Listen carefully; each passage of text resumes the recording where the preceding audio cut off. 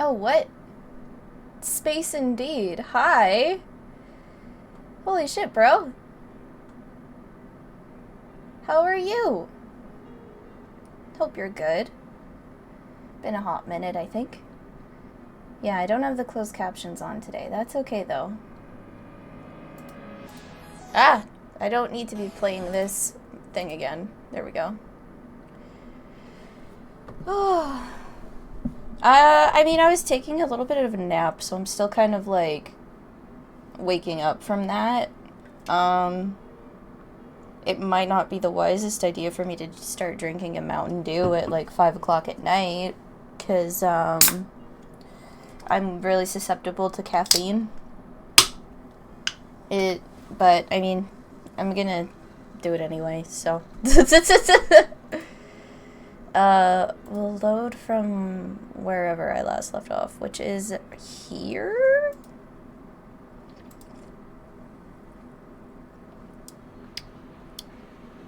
Well, that's a different flavor than I was... I mean, I don't really know what I was expecting from this. It says Purple Thunder Blackberry Plum. But it's actually pretty good.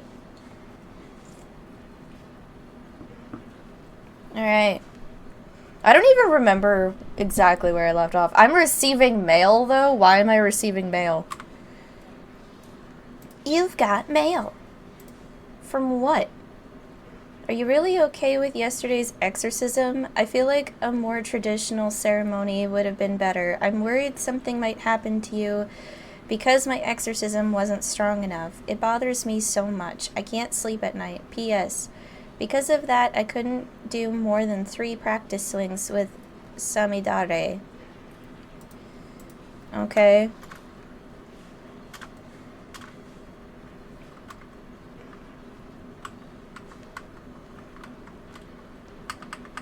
It doesn't let me go to that other part, but that's fine, I guess. There. I was at university all morning. As I returned to Akiba, the heat is now becoming unbearable. Meanwhile, it's like negative fucking 20 where I live. Like, it's definitely, like, not unbearable heat where I live right now. I grab an iced coffee at the bakery inside Yodobashi to quench my thirst. While I'm at it, I guess I'll check @channel on my phone. I mostly frequent the occult board, the future technology board, and sometimes the physics board. I search for threads on the mass disappearance phenomenon or Makise Kurisu's stabbing, but turn up nothing. So were those hallucinations after all? When I peek at the occult board, I find posts in multiple threads from someone claiming to be John Titor. Wait, John Titor is back? John Titor appeared on an American BBS 10 years ago. Oh, no, sorry, that took me a minute. That sounded weird when I said it. John Titor appeared on an American BBS 10 years ago, claiming to be a time traveler. He claimed to have traveled from the year 2036 in order to obtain an old computer, the IBM 5100. His claims started quite a storm among the BBS denizens. Titor also made several accurate, if fragmentary, predictions of future events. The start of the Iraq War and the spread of... what the fuck? How do you even say that? Creutzfeldt-Jakob disease, for example. To prove he was from the future, he explained the principles behind his time machine and provided pictures of its operation manual. But after about 4 months, he disappeared without ever revealing his identity. At one point, his predictions gained popularity even in Japan. Yes, he certainly did get some things right. But on the other hand, he missed several others. Some of his posts contradicted each other, too. That's why to this day most people doubt his authenticity as a time traveler. So after 10 years of silence, that same John Titor is now on a Japanese BBS? Ridiculous. It's obviously a troll. First of all, John Titor is American, yet now he's posting on @channel in Japanese. Let's take a look at his posts. I don't expect you to believe that I came from the year 2036. I see that everyone would like to know more about my time machine. Time travel technology was developed by CERN that completed the first time machine in 2034. Time traveler, lol. John Titor, lol. More details on the time machine. Do they sell time machines? How much do they cost? I've got about 100 million yen saved. Can you send me one? CERN has a monopoly on time machines. Not even the most powerful nations on Earth can acquire one, to say nothing of private citizens. CERN used their time machine for power. By 2036, the world has become a dystopia. There is no war, no conflict. However, that is a false peace founded on the complete eradication of liberty. What does LOL mean? Why did you come to this time? Was the Akipa satellite crash your doing? Wait, guys, Titor-san doesn't understand at-channel lingo. Let's keep it simple, okay? If you know what I mean. I don't even know what that is. Get a trip code, asshole. I came here to change my present. In other words, your future. My mission is to destroy CERN's dystopia and restore freedom to the world. This is a wonderful time you're living in. Everyone is free. But you will lose it all in just 20 short years. It is vitally important that you understand what the future has in store. What is a trip code? I might get one if you tell me what it is. You said only CERN has time machines. You have a time machine. That must mean you're working for CERN. Therefore, your goal can't be to destroy CERN's dystopia. You're a fraud. QED. What's a dystopia? How can CERN take over the world in just 20 years? Look at the Middle East. You've been reading too much manga if you think you can get those guys to stop killing each other. Who asked you to change the future? You trying to play God? If they're promising world peace, then I, for one, welcome our new CERN overlords. My time machine is a prototype reverse-engineered from stolen CERN technology. Compared to their time machine, its capabilities are quite limited. In 2036, the world is ruled by a single all-powerful governing body. They control every aspect of our lives, deciding what we will eat, where we will live, and whom we will marry. There is no privacy and no choice. Anybody who dares oppose them is eliminated. There are no trials. In movies and stuff, small changes to the past cause huge changes to the future. You've already changed the present by coming here. What happens if you make unexpected changes to the future? Implying CERN rules the world. Do you even know what CERN is, lol? OP is a troll. So if we find his dad and kill him, then this time traveler, LMAO, will never be born and we won't have to listen to this bullshit, am I right?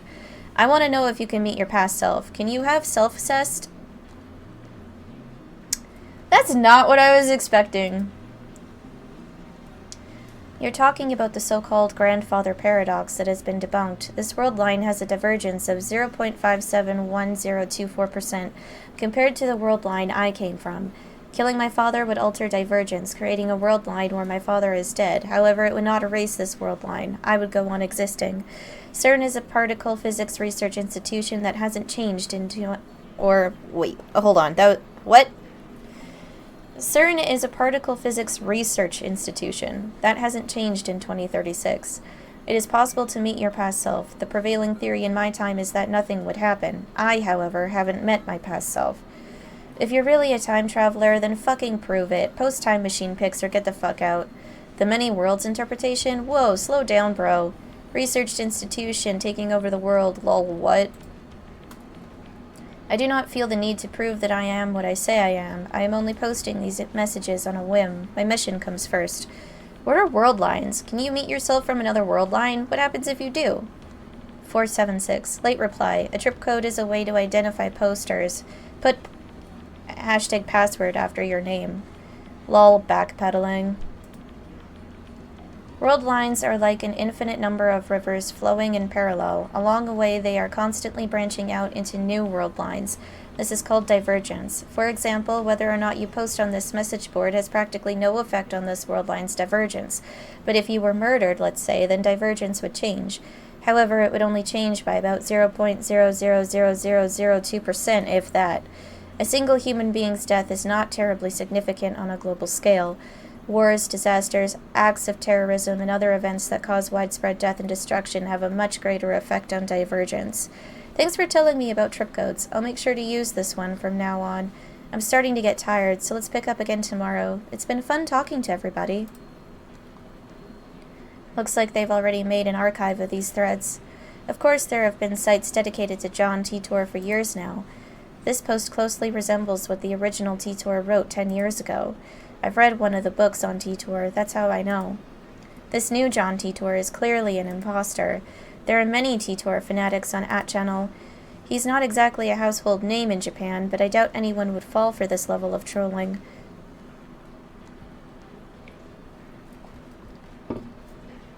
As I continue to read, however, I find the response on the opposite of what I expected. Everyone is accepting this time traveler as if this were his first appearance. Nobody has even mentioned his appearance 10 years ago. Finding this strange, I try posting a retort, but everyone ignores me. What the hell?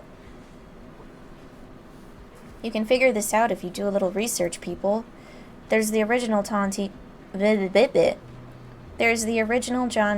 thread archive in English and plenty of Titor blogs in Japanese. I entered John Titor's name into a search engine. 12 matches. Wait, only 12? Moreover, all 12 are about the current Titor's postings on @channel. I can't find a single trace of the Titor from 10 years ago. Bizarre. This just can't be. I searched for information on Titor a few years ago. Back then I got tens of thousands of hits. Is this search engine filtered? I try searching on another site just to make sure, but it gives the same result. Wait. What is this madness?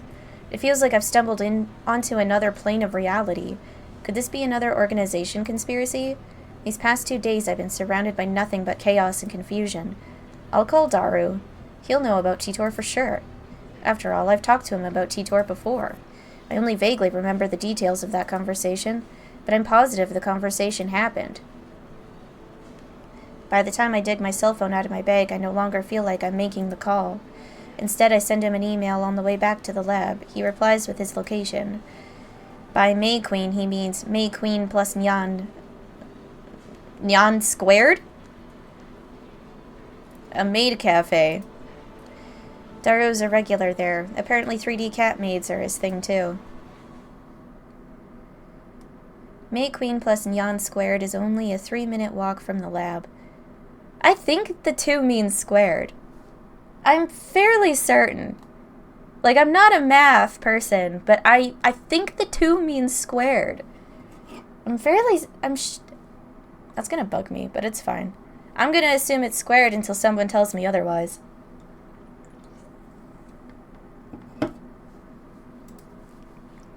Coming from Kuramei Bashi Dori, take a left at Tsumakoi Saka Crossing and you'll find it. That's where I'm headed now. It's usually busy in Akiba during summer break, but now it's even busier because of the Radicon incident. As it's completely silent on the game. Don't know why! The area was blocked off yesterday, but it looks like they could keep the main road closed for 2 days straight. I haven't seen a single police officer today. But the Radicon building still seems off limits. The entrance shutters are closed shut and sealed with yellow police tape. We're here now in Akihabara... We're here now in Akihabara the day after the unexplained satellite crash. The police barricade has been lifted and a tremendous number of people have gathered in front of the station. The satellite's origin is still under investigation. We're told that it can't be removed until the authorities have more information. Excuse me. According to the police, the satellite does not appear to be dangerous. However, tourists and local business owners have raised concerns. The media has dozens of cameras set up outside of the police line, and there are nearly twice as many onlookers as reporters, enough to fill the entire street with people. Everyone's aiming their phone cameras at the satellite-like object. So many people. Living in Akiba, you get used to crowds and big events, but a gathering of this size is unusual. I wonder when they'll get rid of that thing. I hope it doesn't explode or something. They've been letting people back into the area, so I guess there's no danger. Still, considering its unknown origin, I'm surprised there isn't more security. Today, like always, otaku are shopping for doshinshi, import games, electronics, or whatever strikes their fancy. I'm pretty sure I remember what a doshinshi is, but let me look. Fan-created amateur manga, which are often but not always adult in nature. These are sold at special doshinshi events, the biggest of which is the twice annual Comic Giga Market, known by fans as Komima. Okay. So yeah, it was what I thought. But what the hell's this? Creutzfeldt-Jakob disease. That's how you say it. Thank God someone put that there. I was never going to figure that out otherwise. Creutzfeldt-Jakob disease. Another name for bovine spongiform encephalopathy. BSE, commonly known as mad cow disease. Oh, thank God. Okay, so I know what it is. It's just there's jargon around it of what... Yeah, okay. But only used in the case of human infection. Early symptoms include memory loss, abnormal movements, personality changes, dementia, and muscle stiffness. In severe cases, the patient may waste away for 1 to 2 years before dying of respiratory paralysis or other complications. Yeah, you know, that sounds lovely. Love that. So great. Nope, not the button I meant to press.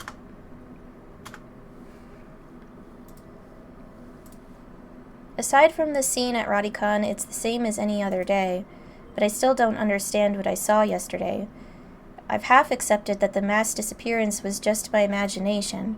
Maybe I've become unable to distinguish reality from fantasy, like the media likes to say about teenagers these days. With that thought in mind, I return my gaze to the street. Okay, who are you? You've got the anime protagonist or significant character look to you. And there in front of me stands a woman holding her phone in front of her face. She took a picture. Her phone was clearly pointed at me. I tried to cover my face, but not quickly enough. I turn around just to make sure that she wasn't pointing it at someone behind me, but that doesn't seem to be the case. She's still staring at her phone. Without even glancing at me, she turns around and points her phone at some other pedestrian. Maybe she's just taking photos of everyone at the scene and not just me. But still, I need to have a word with her. The organization is after me, so I can't risk that photo getting out. Wait! She doesn't turn around. Is she so engrossed in her photography that she doesn't even notice me? Or did she not catch my magnificent native-level English? Hey, you with the phone camera. Wait, please wait. She turns back, finally noticing me. And of course her phone turns with her. Hey, no pictures. Are you with the organization? She completely ignores my objection, and then she goes back to looking at her phone. Answer my question. Are you with the organization? If she is, then I may have to take suitable measures. You're not?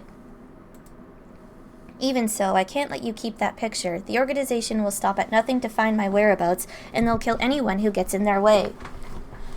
Yeah, I don't know how convincing that's gonna be. Like, you could have just been normal and said, hey, taking pictures without people's permission is illegal here, because, I mean, that's kind of true for Japan. Because, like, if I remember correctly, if you're uploading a picture to the internet and you're taking it in Japan and there's Japanese people whose faces are clearly visible in the picture, you legally have to blur those faces or you will be in a lot of trouble. So, yeah. I need you to delete that picture immediately. Is she even listening? Sorry. Wow, she finally speaks. Just a whisper, but it's something. If I upset you. She lowers her head slightly in a bow. Or at least I think it's a bow. She's been looking down all this time, so I can't really tell.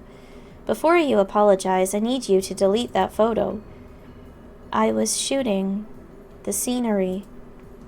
Her fingers dance across her phone's keys with impressive speed, exactly the opposite of her annoyingly slow speech pattern. The scenery? You're a tourist? Or is she one of the people who came to see the satellite? In that case, why did she take a picture of me? She shakes her head without looking at me. It's proof. of where I was today. You're a strange lady. Kiryu Moeka. My name. I guess she's introducing herself. That's nice, but I just want her to delete that photo. I have a question. Oh, never mind. I have a question for you. May I? First, the photo. There's an urban legend in Akihabara. Have you heard of it? An urban legend? What is she talking about? Don't tell me. There is a brilliant but insane mad scientist said to be lurking in Akihabara, and now that brilliant but insane mad scientist is the target of every assassin in the underworld? Ugh, I've remained in this town for far too long. I'll need to make plans. Akihabara, you weren't such a bad town. I'm glad the Phantom. Retro PC. Retro PC. She replies with a nod, or something like a nod. They say there's one in Akihabara. Oh, nothing about a mad scientist. I'm relieved, but also disappointed. At any rate, this is the first I've heard about a Phantom Retro PC. A Retro PC? You mean like a 98? That's the first model that comes to mind. But are 98s really that hard to find? She shakes her head slightly, or something like a shake. No. This. She turns her phone towards me. The screen shows an oddly shaped computer. It's hard to tell since the picture's monochrome, but it looks like some kind of PC. It looks kind of familiar. An IBM 5100. An IBM 5100. That's the computer John Titor tried to get. Her fingers twitch, I think. You've seen one? No, I've only heard the name. Coincidence? No. This could be the choice of Steins Gate. Know anyone who might know? Daru probably knows more about it. He's my favorite right arm, a super hacker capable of breaking into even M16's mainframe. Or MI6's. I think it's an MI. The MI6 part is a slight exaggeration. If that ever did happen, Men in Black would break down our door and take us away. But the super hacker part is true. The depth of his computer knowledge is uncanny.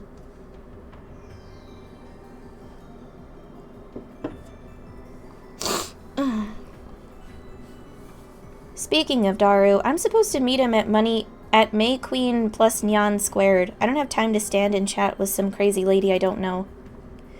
Well, I'm off. Lady Media Scrum in moderation. What is Media Scrum? What the fuck is that? During news stories with high public interest, reporters sometimes latch onto persons of interest, bombarding them with questions, prying into their lives, and even camping outside their houses? That doesn't sound nice or good at all. These activities are a serious invasion of privacy and can inflict mental and emotional stress on the subject. Yeah, I can see why. Like, what the fuck? That's fucking psycho. That's psycho shit right there. I try to make a smooth exit, one-liner and everything, but she grabs my sleeve before I can disappear into the crowd. What are you doing? Your email, please. What are you after? The super haka. I guess she wants to hear Daru's story. It's my fault for mentioning him. Well, I'm meeting up with Daru, so why don't I just take her along? No, wait a second. This could be a devious trap. Maybe she's really a spy sent to kidnap Daru. I'm defenseless without him. The only other ally is Mayuri, whose skills amount to costume design. I'm sorry. I refuse. I'll never give up Daru. I slip past her and start walking faster. I glance back. She's following me. I pick up the pace, but she's still chasing me. Stop following me. Unperturbed, she shows me her phone again. On the screen is the picture of me that she took. Gah! You still haven't deleted it? Tell me, and I'll delete it. You dare blackmail me? Who do you work for? I attempt to glare her into submission, but her eyes are already lowered. My glare is ineffective. She hesitates for a second. Work part-time. At Arc Rewrite. What's that? An editorial company. Here in Akihabara. One of those companies that writes articles for magazines. Is this gloomy lady really fit for that kind of work? Wait, you plan on publishing my picture without permission, don't you?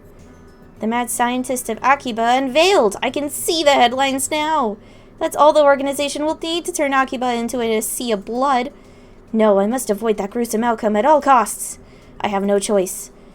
Very well, I accept your terms. At any rate, as long as she has that photo, I have no way of knowing how it might be used. I pull up my email address and show it to her. Looking back and forth from my phone to hers, she enters my info with terrifying speed. Of course, this woman is an Esper. What the fuck is an Esper? Oh, it's a Chunibyo term. A general term for humans who possess supernatural powers. Common powers include telepathy, telekinesis, and precognition, though more exotic powers exist. It is rumored that some Espers even possess the ability to reshape reality with pure force of will. Derives from the term ESP, which stands for extrasensory perception. Got it. I dub her power Shining Finger. Her magical thumb types cursed emails at 255 characters per minute. Whoever receives one dies. She's done typing my address. It took all of 5 seconds. Name? Hoen Kyoma, mad scientist. How is it spelled? First Hoen for Phoenix, first Ho-O for Phoenix, then In, and finally Kyoma, which means a horrible truth that must never be revealed. Okay, I don't know what that's supposed to mean altogether, but okay.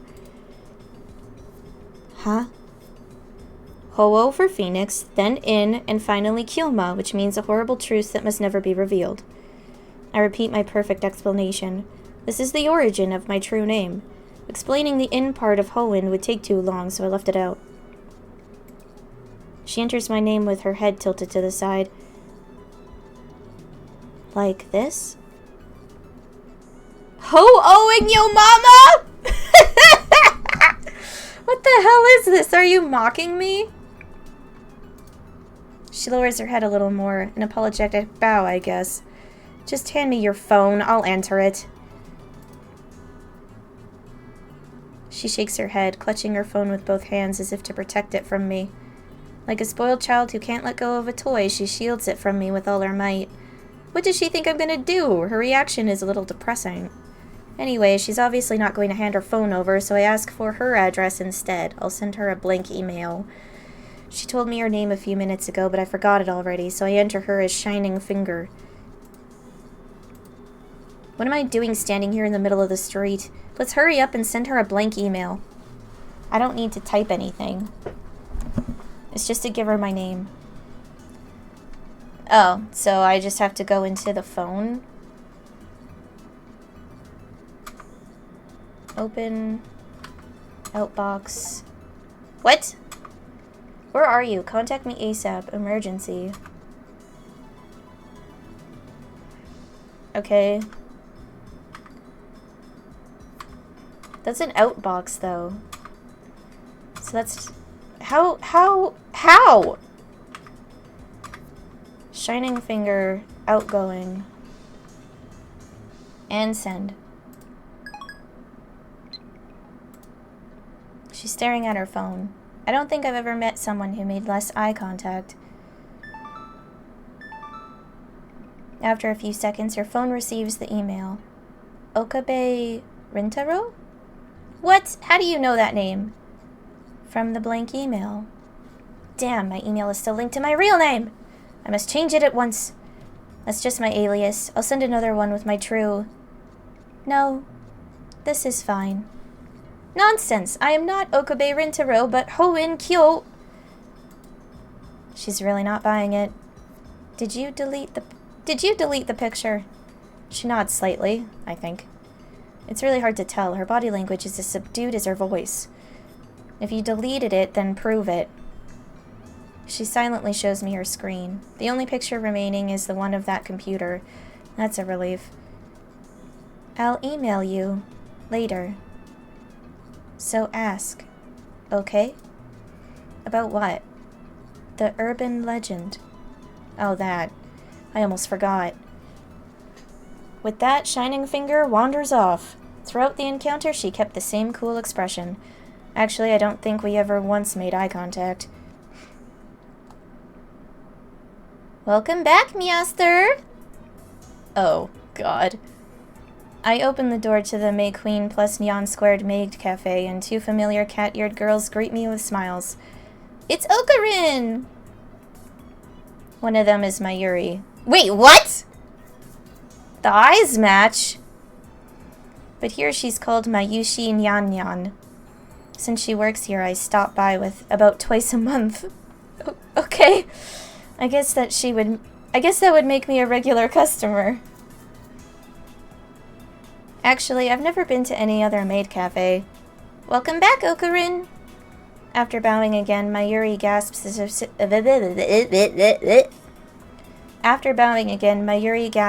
if she thought of something. Hey, Ocarin, Mayushi just noticed something.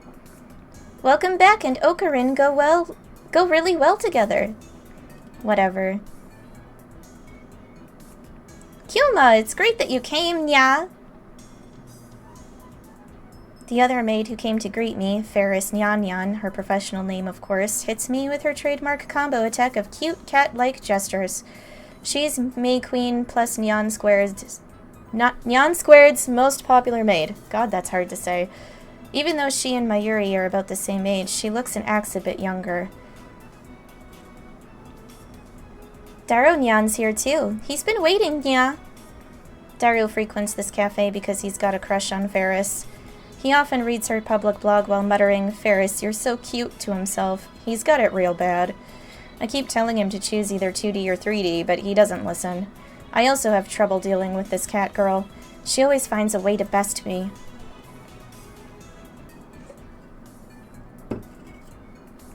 Are you holding another secret meeting to overthrow the evil organization, yeah? Yeah, something like that. Ferris wants to join too, nya?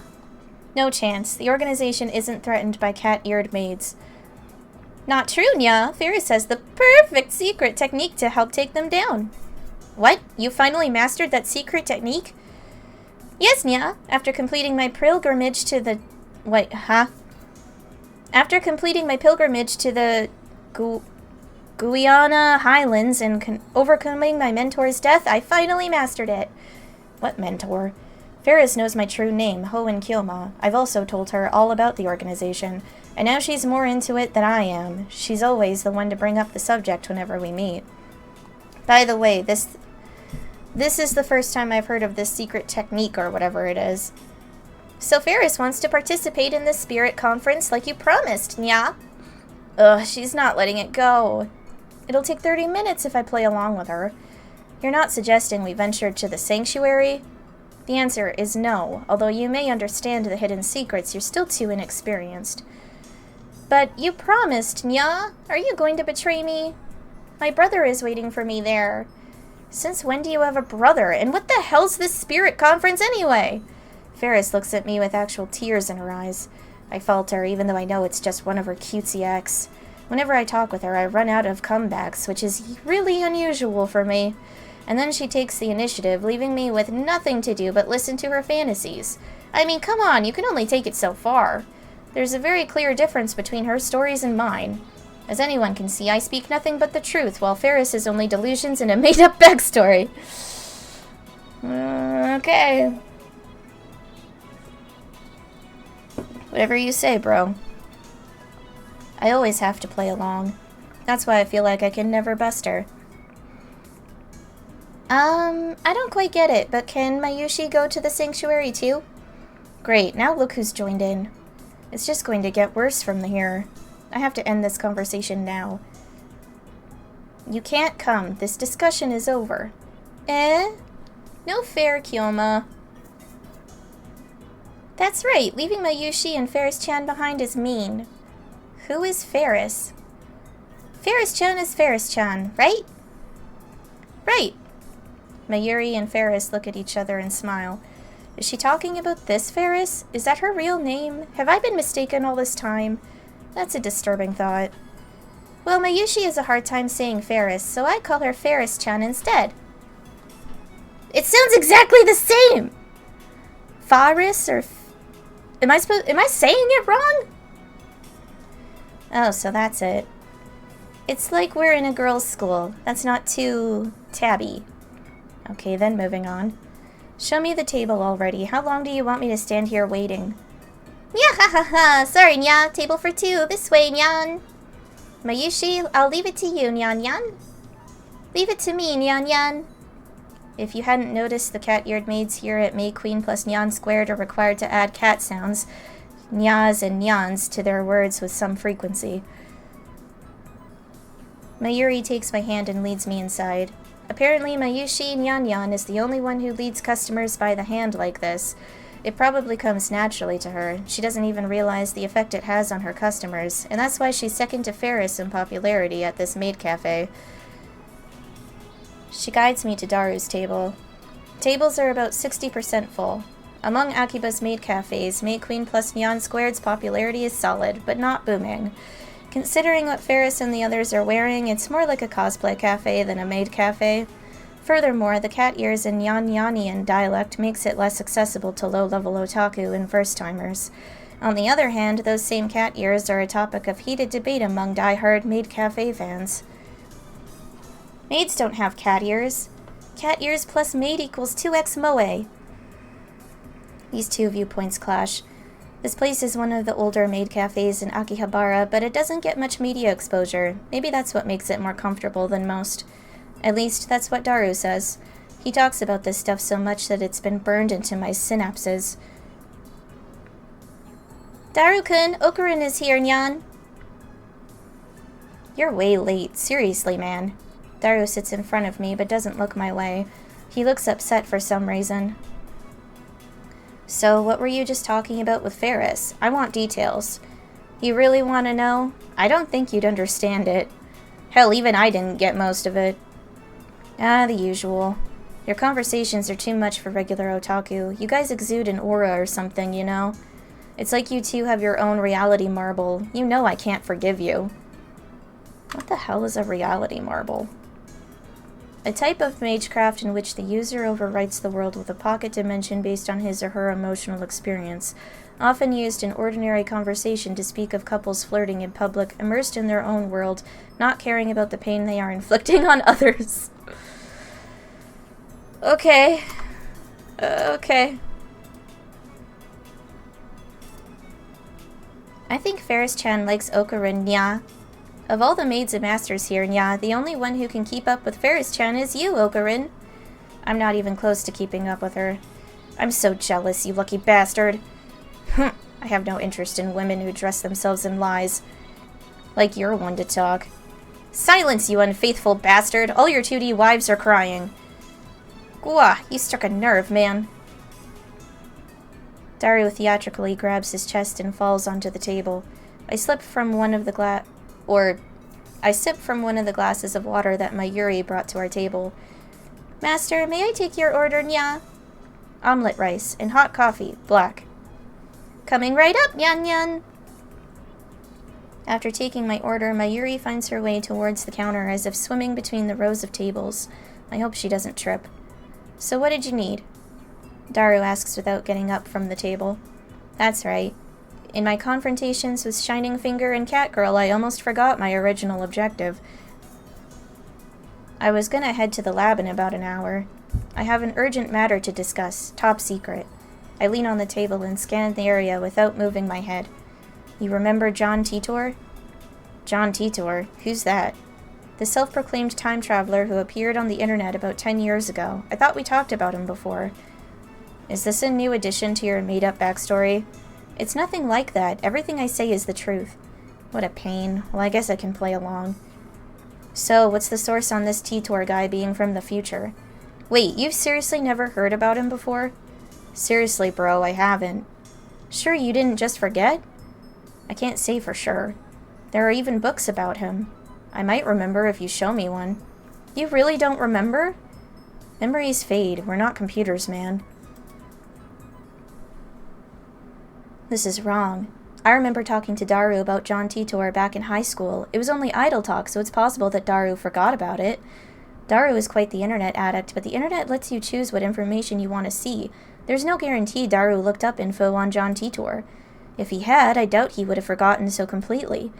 Is it my memories that are mistaken, or everyone else's? Then what about the IBN 5100? Whoa, you know about that? Cool! So you know about it? It's the model IBN released back in 1975. Right, that's what John Titor said on @channel. He traveled to 1975 first, obtained an IBN 5100, then leaped to 1998. What kind of computer is it? The stupidly expensive kind? Back when it came out, computers were so expensive that average people couldn't get their hands on them. It was full of proprietary IBM technology and was a pretty powerful computer for its time. Then 6 years later, in 1981, IBM launched the popular IBM PC series. Now that's more famous. Anyway, it's not like I'm an expert. This is just stuff read on a wiki. Have you heard the urban legend that there's one in Akiba? You bet I have. Just last month there was big talk about it on the net. Some @channelers heard the rumors and went searching for it. My friend on Free Para? Sister Centipede was the main reason behind, or was the main person behind that. What is Free Para? Fictional. Okay. A popular SNS social network service website designed to facilitate easy communication between users. Okay. So kind of like a chat room, I'm gonna assume. Even the legendary Neidhart der Blitzschnell joined the fray, but they still couldn't find it. So it was just a hoax? Who knows? There are tons of underground shops in Akiba. It wouldn't be strange if an IBM 5100 suddenly turned up in some hole in the wall. I see. My phone suddenly starts vibrating. It stops after about 3 seconds. Looks like I got mail. I can check it whenever I want, but I'm talking to Daru now, so it can probably wait. So there's one thing I need to know. I scan the area with my eyes once more, then I lean in close. It won't even let me pull up the phone, and it's gonna keep doing that receiving mail thing in the corner. Okay, whatever. The IBM 5100 has the power to destroy the world, right? What? It doesn't have the power to do anything, let alone destroy the damn world. What's this, Nya? The world's gonna be destroyed, Nya? Ferris brings my omelet rice. She's doing her cat-like gestures while keeping her tray balanced on one hand. True feline agility. Despite her nyan-nyanian nonsense, Ferris is the consummate professional. Master, thanks for waiting, nyan-nyan. Omelet rice, nyan. The cat girl puts the omelet rice on the table and then takes a bottle of ketchup from her apron pocket. She uses it to write, "The world is doomed," in red letters upon the omelet's blank yellow canvas. Please enjoy your meal before the world ends. Whoa, the world is doomed for the win. Ferris's handwriting is so cute it puts my omelet in danger too. It appears the cuteness has shattered Daru's sanity. I gave him a look that says calm down, but to no avail. I smooth out the ketchup with the bottom of my spoon, erasing the ketchup words. What a waste. I'm going to eat it either way.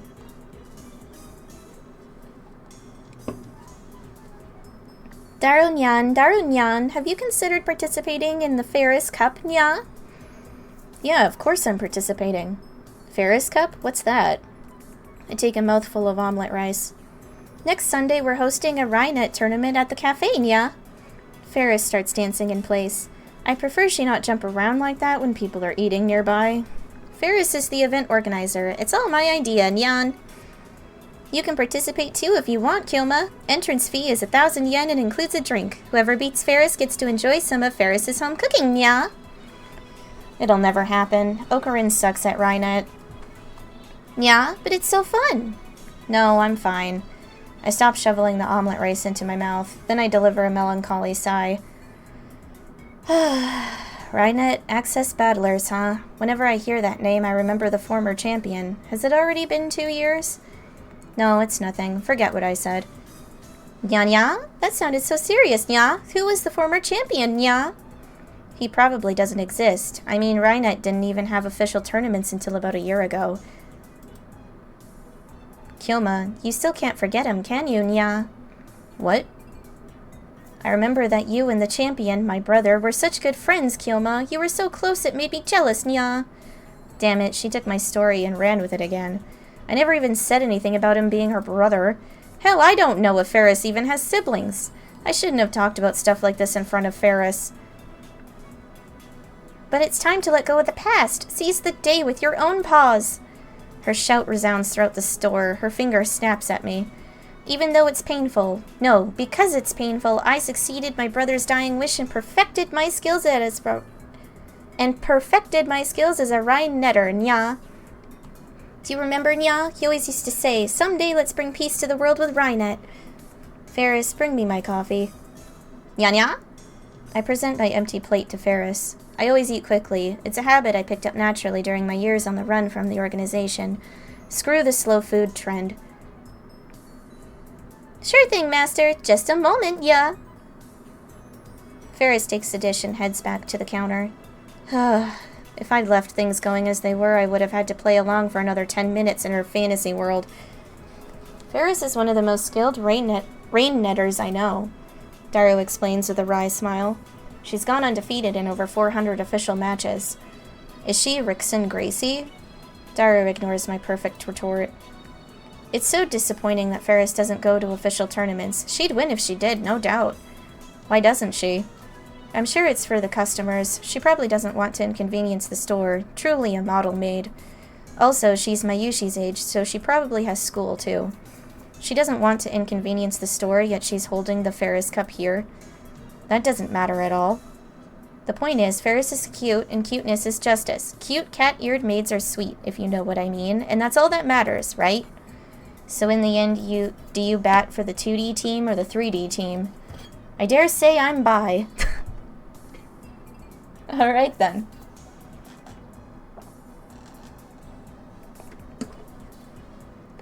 You're an inspiration, Daru. Okabe-san, I mailed you as soon as I could. My name is Kiryu Moeka. I'm a 20-year-old freelance editor. I believe I mentioned I work part-time at Arc Rewrite.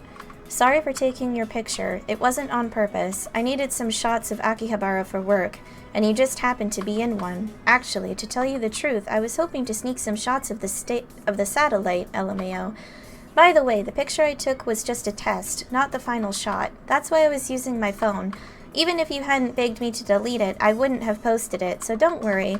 Anyway, I should get to the point. I'm really sorry for asking like this, Okabe-kun, but it would be super great if you could ask your friend, the super hacker, about the IBM 5100. I don't really know anything about computers, especially old computers. All I have to go on is that picture I showed you. I'll attach the image. Be absolutely positively sure to reply, okay? I'll be waiting, and if you could, I'd be super happy if you gave me your super hacker friend's email address. I'll mail you again. It's okay to mail you again, right? Of course it is. Bye, Moeka. That is so fucking blurry. What am I even supposed to make of that?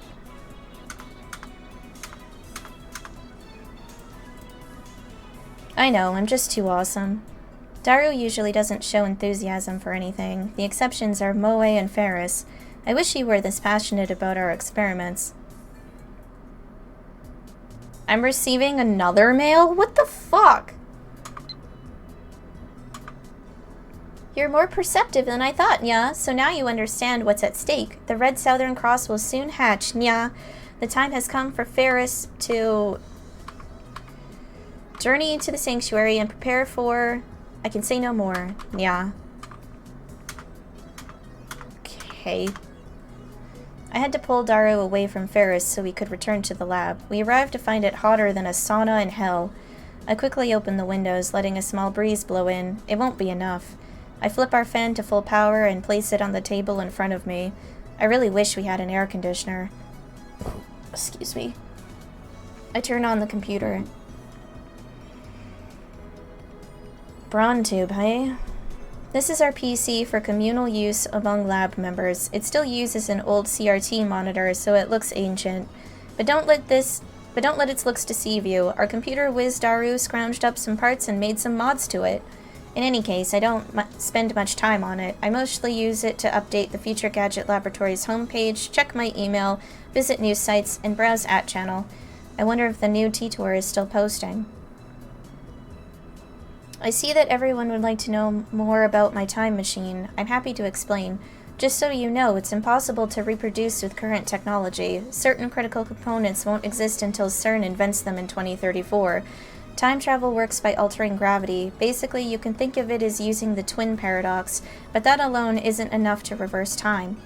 Still here, Faker? You're annoying. Go away. So your power is gravity control? Not bad, but still not enough for top-tier power levels. The twin paradox? Is that like the Urashima effect? It's just slowing time down, not reversing it. Who gives a shit about the time machine? Give me stock prices. It uses Tipler cylinders and curved black holes, doesn't it? Just like you said 10 years ago, and your time machine is a 1970s Chevy. I know all of it. Okay. Interesting. Oh, hold on.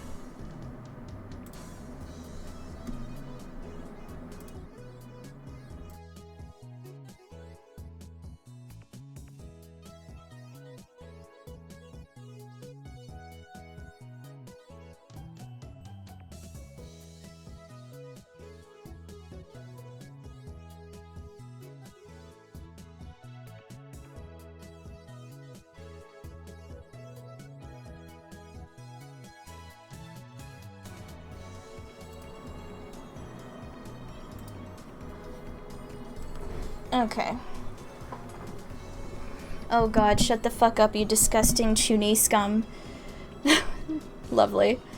The twin paradox and the Urashima effect are different things, duh. Time traveler, lol. John T. Tour, lol. A Chevy's an American car, right? I'd rather go German with a BMW, lol. By Tipler crystals, are you referring to the Tipler machine? Lol, what? A Tipler cylinder would have to be 10 kilometers in diameter, 1,000 kilometers long, have mass equal to the sun, and revolve 2,500 times per second to become a time machine, lol. How do you fit that onto a Chevy? Even if you could, a Tipler machine can't travel farther back in time than the moment of its creation. Enough of your delusions. @channel is not your blog. I want to hear from T-Tour.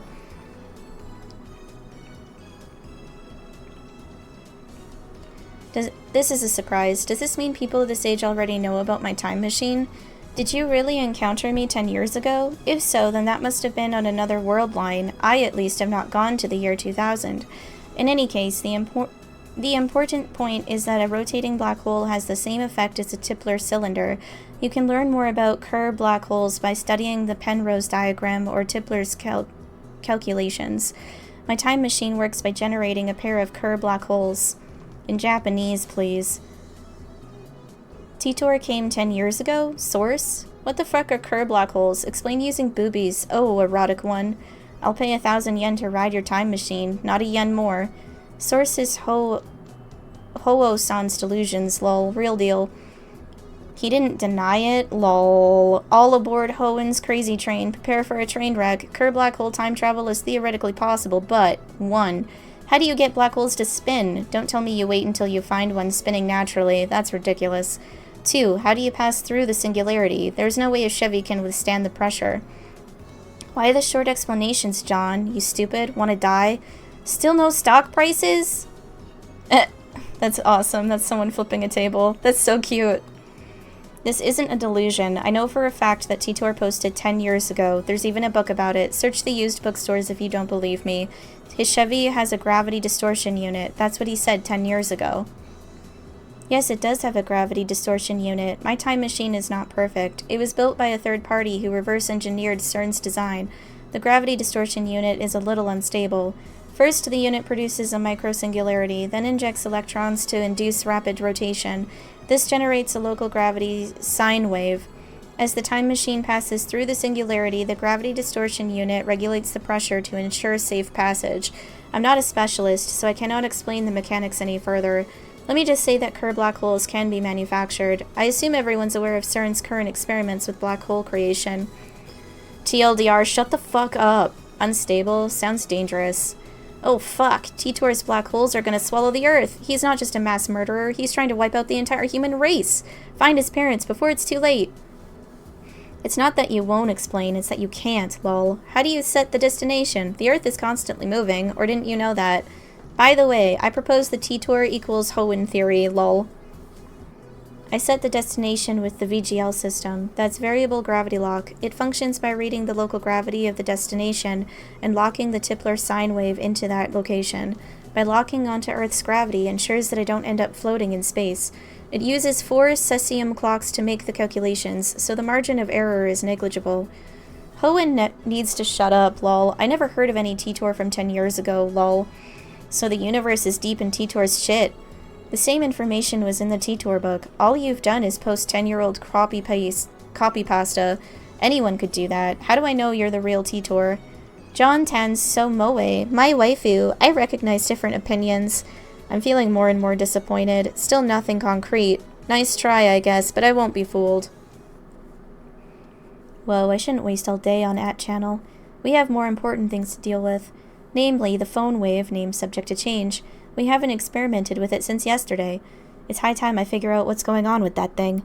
Earlier, I asked Daru to connect the phone wave, named subject to change, to the computer. He finished setting it up yesterday, and now he's about to do the quick wire work in the development room. Hey Daru, what's with the X68000? I mean, it's a 20-year-old machine with specs lower than my cell phone. It's cool, duh. So, it's like the reason why some protagonists are odd-eyed even though they're Japanese. Not getting you, bro. It's cool. If it's cool, then it's cool. Anyway, there wasn't much of an option. This was the only PC we weren't using. What about your new one? No way. We don't know what could happen when it's connected to your crazy machine. It could kill the performance.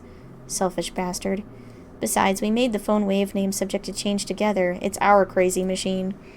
Anyway, did you do any research on the jellification? Yeah, at the university this morning. Why would a banana jellify? What kind of science are we dealing with here? I examined a sample under a microscope and found it was shredded at the molecular level. Shredded? It's not a mere phase transition. The banana became something entirely different. Could it have rotted? Nah, there's no way 2 minutes in the microwave could do that. Then I remembered about fractal structures. The Menger sponge thing? Yeah, it looked like something drilled holes into the banana, an infinite number of holes in a fractal pattern right down to the nano level. Whoa, what could do something like that? I have one hypothesis, adding a dramatic pause to build tension. Daru gulps, waiting for me to continue. It's the result of the microwave's electromagnetic waves. What does that mean?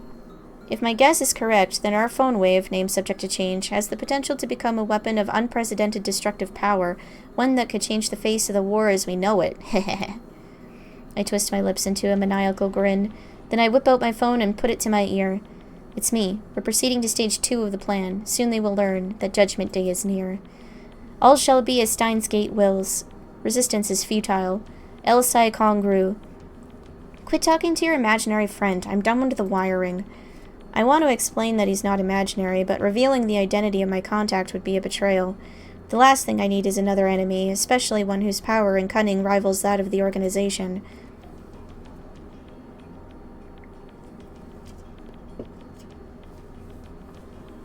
The phone wave, named subject to change, is now an indecipherable mess of wires. All we did was hook it up to a computer, yet it turned out like something MacDiver would put together. Now we can access the microwave's terminal mode and see exactly what's going on in its computer brain. Well, what's next? We have bananas. Just before I left May Queen plus Neon Squared, Mayuri asked me to buy some bananas. With her money.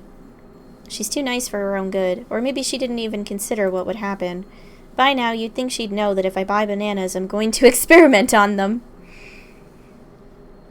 And so I put the entire bunch of bananas into the phone wave, named subject to change. You know Mayushi's gonna cry if you use them all, right? Wasn't it her money?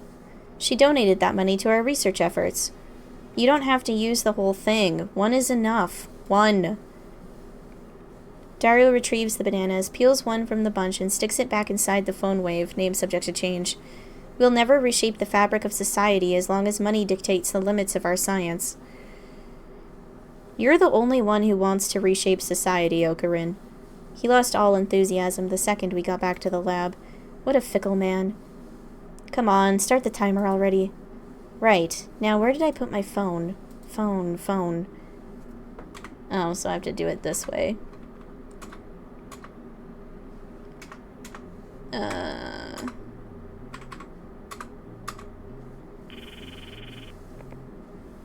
Call complete. Instant access. Hello, this is the phone wave, name subject to change. The Mayushi guidance system. You can operate the timer from this menu. After pushing the pound button, please enter the heating time in seconds. In hindsight, we should have made the Mayushi guidance skippable. Having to wait each time is quite annoying.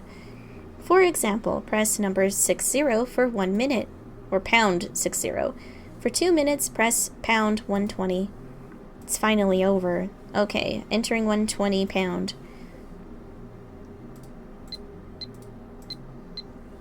Complete. The turntable inside the phone wave, name subject to change, begins to spin backwards. 2 minutes sure is long. It doesn't actually have to be 2 minutes. Mayuri had the timer set to 2 minutes when she first discovered the freezing function, or whatever it is, so we're just reproducing that. Naturally, we have experimented with 60 seconds and 180 seconds, too. If we set it shorter, the freezing only goes halfway, if at all. Conversely, setting it longer increases the effect. You know, if the microwave's emissions are doing it, then shouldn't our cells be getting jellified too? While still looking bored, Daru finally gets into the discussion at hand. Well, have you ever nuked yourself inside the phone wave name subject to change? I can't even fit in there. Anyway, what's your source on the electromagnetic waves? If you must know, it's my mad scientist's intuition. Oh, so no facts. Edison once said, without 1% inspiration, 99% of perspiration is wasted, so inventors of the world be inspired, end quote. Wasn't it genius is 1% inspiration, 99% perspiration? Sorry to disappoint, but in recent years it's become common knowledge that that is a misquote. Wahahaha! Edison said that. Be inspired. Yes, be inspired, he said. I don't know if that was exactly what he said, but I'm sure it was something along those lines. At least that's what the wiki said. Therefore, as a genius mad scientist, I am always The phone wave name subject to change rings. This is just going to jellify the banana like usual, isn't it? We need a new experiment.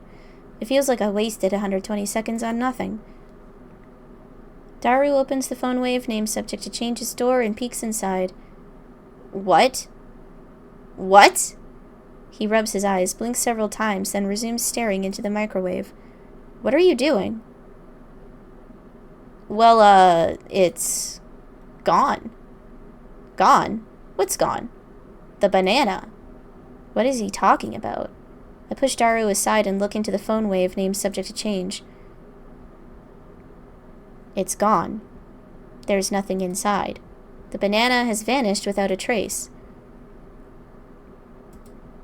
After a short pause to collect myself, I whip out my phone and speak into the silence. It's me. Slight problem. We may have awakened something terrible.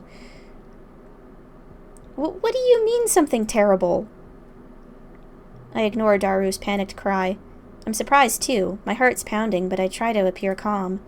I'm invoking Emergency Order 666. Activate the Cold Heart Protocol.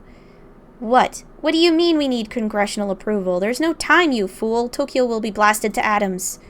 I put my phone away after yelling. You should be an actor.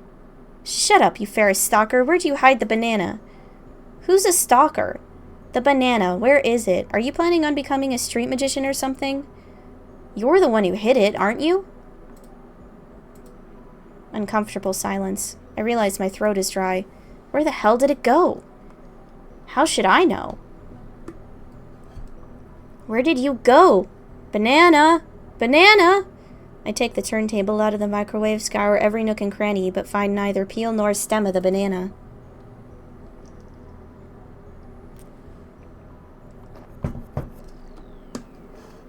Wait, I think I get it now. It's not an electromagnetic weapon, it's a teleportation device.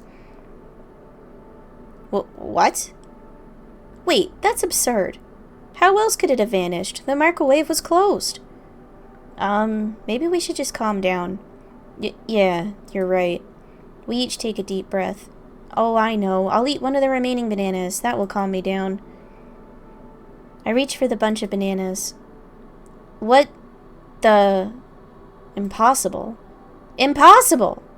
Not 3 minutes ago, Daru plucked a banana from the bunch and put it inside the phone wave, name subject to change. But now there's no sign that a banana was ever plucked.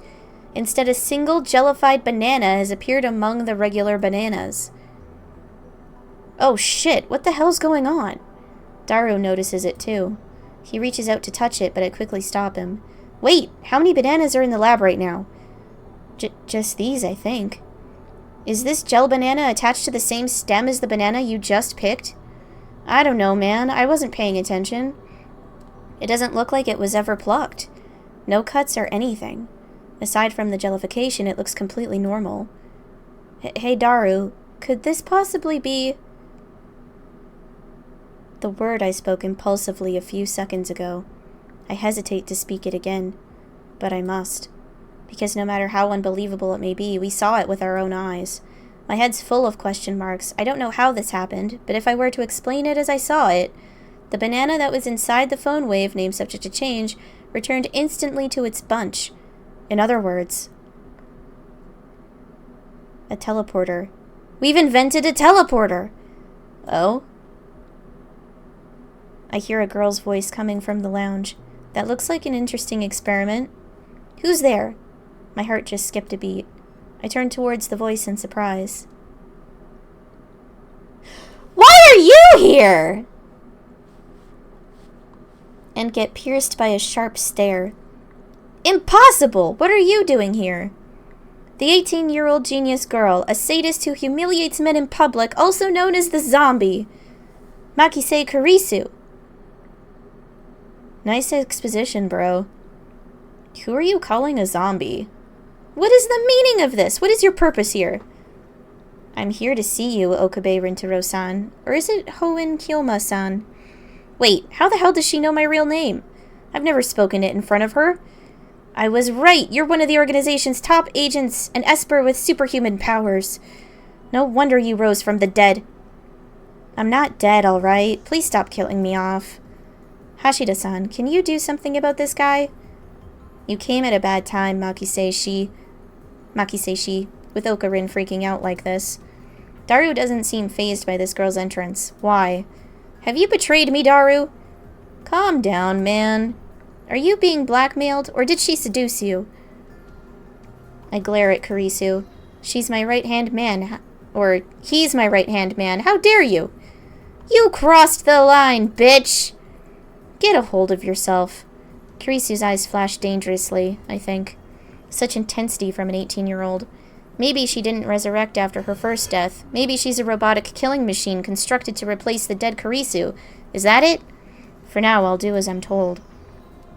Hashida-san gave me the address after yesterday's lecture. He also told me your name. That's all? The truth is, kind of a letdown. So you're here to see me, is that it? Yes, you claim to have seen me die. I came to see if that was the truth or just a pathetic excuse to grope me. I came for the answer.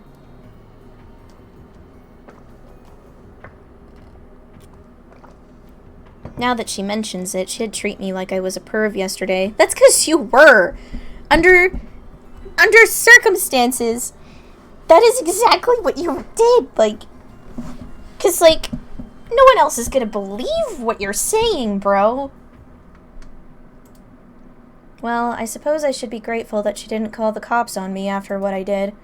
But what choice did I have? Anybody would react the same way if a dead person reappeared before them, right? But your current behavior is all the answer I need. It was all an act to grope me. My initial hypothesis was correct. Not so fast. There's more to this than you know. I must clear my name or I'll be labeled as a perv forever. Anyway, let's put that aside for now. Really? That's a relief. I was sure she was going to call the police. But that for now part bothers me. Kurisu enters the development room with a quick, confident stride. Even though she's only 18, she's got a decent figure and good posture. Not much in the chest, though. Her presence seems to fill the cramped room, driving me and Daru to the corners. Can't she tell this area's off limits? I haven't properly introduced myself yet, have I? I'm Makise Kurisu. Pleased to meet you. She holds out her hand. What is she trying to do? Shoot lightning from her fingertips? You can't even shake hands? Are all Japanese men this difficult? Shake hands? This girl genius is asking for a handshake? We only met yesterday, and just moments ago she was on the verge of calling the cops. You're not Japanese? I've lived in America for 7 years. What about it? America. I look down at her slender fingers. Glossy, healthy fingernails. No unnecessary nail polish. I stare, fixated. Slowly I extend my hand, making sure to keep enough weight on my heels so I can flee at a moment's notice. I lightly grab the tip of Kurisu's index finger between my thumb and index finger, then instantly let go. What's your problem? I can feel your aura of malice. You must be a powerful kung fu master. Don't be ridiculous. Then you're a ninja! Give it a rest. Damn, she's completely cold. Her tone gets scary sometimes, too. If you grew up in America, shouldn't you say, "Ha ha ha, nice to meet you," with a smile across your whole face when asking for a handshake? No, wait, you should be asking for a hug, right? Perhaps that's too much to expect from a killing machine. What kind of stereotype is that? Kurisu sighs. She's not even looking at me. Instead, she's staring at the bananas next to the phone wave named subject to change. The bananas, which have just exhibited a most unusual phenomenon. Of the bunch, one has been completely jellified. Fascinating. Kurisu brings her face closer to it to get a good look. Have any forceps? No! Oh. And then Kurisu stabs the gelatinous banana with her index finger. She buries her beautiful fingertip knuckle deep into slimy banana. What are you doing? That's precious data! It's squishy. Kurisu extracts her finger. Pieces of gel cling to her fingertip. She puts that fingertip into her mouth without any hesitation. No taste. Gross. She says it with a straight face. You have quite the appetite, I see. A side effect of the resurrection, perhaps? If you're that hungry, I guess I could give you a banana or two. No, thanks.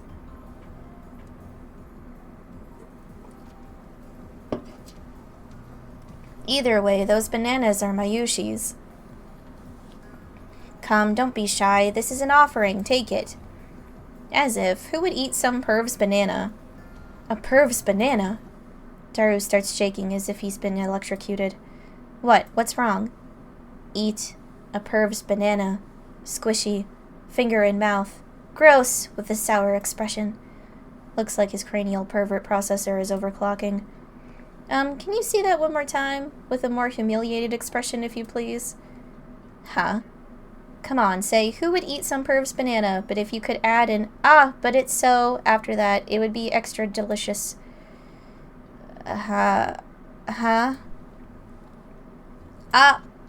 Suddenly Kurisu's face turns bright red.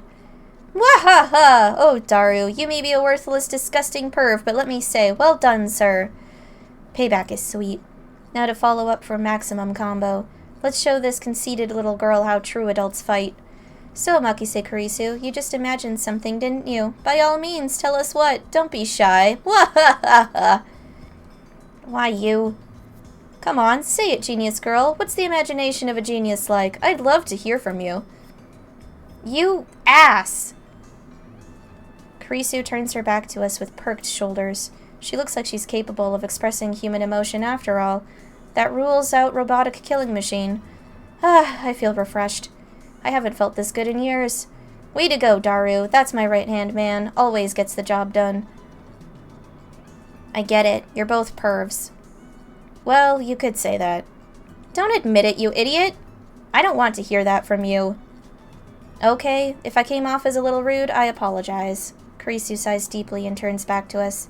Her composure has already returned. I was only acting that way because you molested me, but I'll ignore that for now. I wish she would stop saying for now. It's like she's gonna call the cops on me later. Please tell me what happened to this banana. I'd also like to hear about that. Kurisu glances at the phone wave, name subject to change. That microwave thing. That's top secret. The one thing I'm cleared to share with unauthorized individuals is that its name is the phone wave. Name subject to change. Name subject to change? What's that about? Phone wave is weak. It needs a better name. I couldn't care less about its name. I'm afraid that's the only information you're cleared for. Hold on, Okarin. Maki says she might be able to explain what's going on. Well, she is a genius.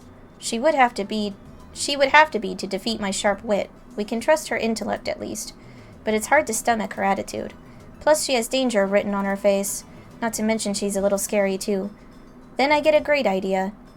That creepy grin. Are you thinking perverted thoughts again? You said your name's Christina, right? Who the hell's Christina? I never said that. Christina sounds like the name of a Hollywood film star. It definitely has more flavor than her real name. If you wish to learn the secrets of this microwave, then you must meet my conditions. Which are... Condition 1, you must become a lab mem. Ramen? No, lab mem, stupid. Short for laboratory member. You mean you want me to join your research team? I'm supposed to return to America in August. I'll have you sign a non-disclosure agreement so you won't betray our secrets. Break the agreement and I'll report your steamy, perverted acts to Science Magazine. Good. You're a monster, Okarin. I'll take 5 copies. From the moment you become a lab mem to the moment of your departure, your brain shall be used for the benefit of our lab. You're so full of it. Let's see the contract then. What contract? This is a lab, not a corporation. I don't mind lending you my knowledge, but if there is more pervy nonsense involved, the answer is no. Don't worry, we don't bite. No more molestation? No, alright. You said that was condition 1, so there's gotta be a second one, right? It better not be. The second condition is that you'll overlook all past acts of molestation I may or may not have committed. Okarin, you're so petty. You're the pettiest person I've ever met. That's why we love you. That's why we admire you. What's that quote from? That's also not the right button. A quotation from the popular manga Juju's Bizarre Adventures. It's another JoJo reference! Used to express awe at someone's capabilities, often used sarcastically in reference to negative character traits such as pettiness. Oh. Soko ni shibireru akogareru. Did I even say that right? Soko ni shibireru akogareru. Okay. Interesting.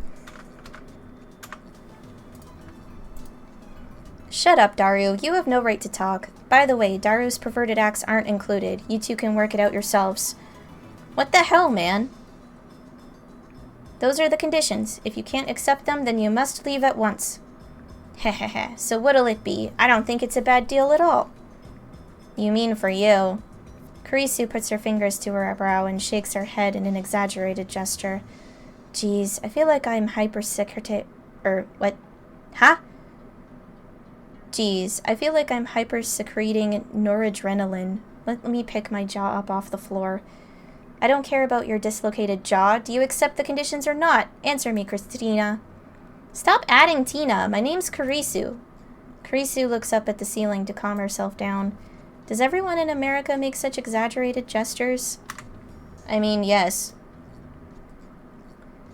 Noradrenaline, a neurotransmitter secreted in the brain. Proper name, norepinephrine, secreted when in an excited emotional state.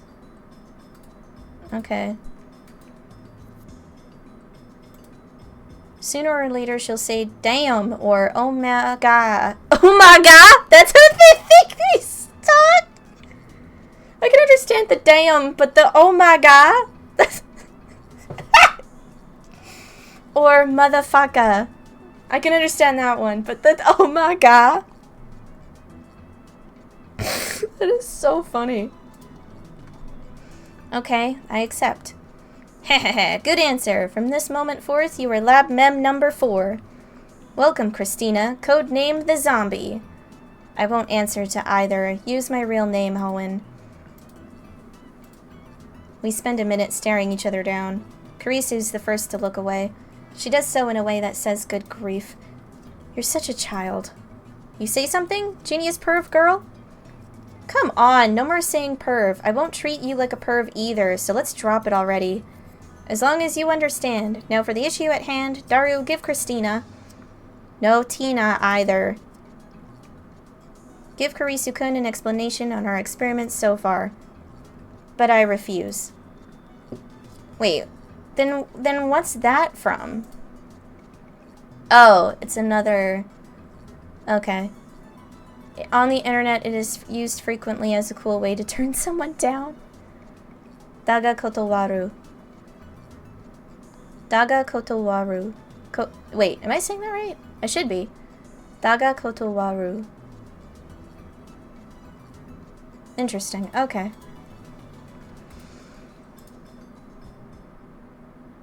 In the end, I'm the one who has to explain. Along the way, I also relate the tale of my heroic deeds, which enrages Karisu, of course. Excuse me. But I finally tell her everything about the bananas and the phone wave name subject to change. Karisu doesn't ask any questions. She's quick to understand, as expected of a genius. Fascinating. Let's hear your opinion. I think we can at least throw out completely worthless theories like electromagnetic weaponry and teleportation. The lady doth protest too much. Can we run the experiment one more time? I want to see it for myself. Without waiting for our approval, Karisu plucks an untouched banana and sticks it in the microwave, then starts entering the commands on her phone. It's strange. She's still wearing her usual frown, but I can't shake the feeling that she's really enjoying herself. I can't put my finger on why. Call it a hunch.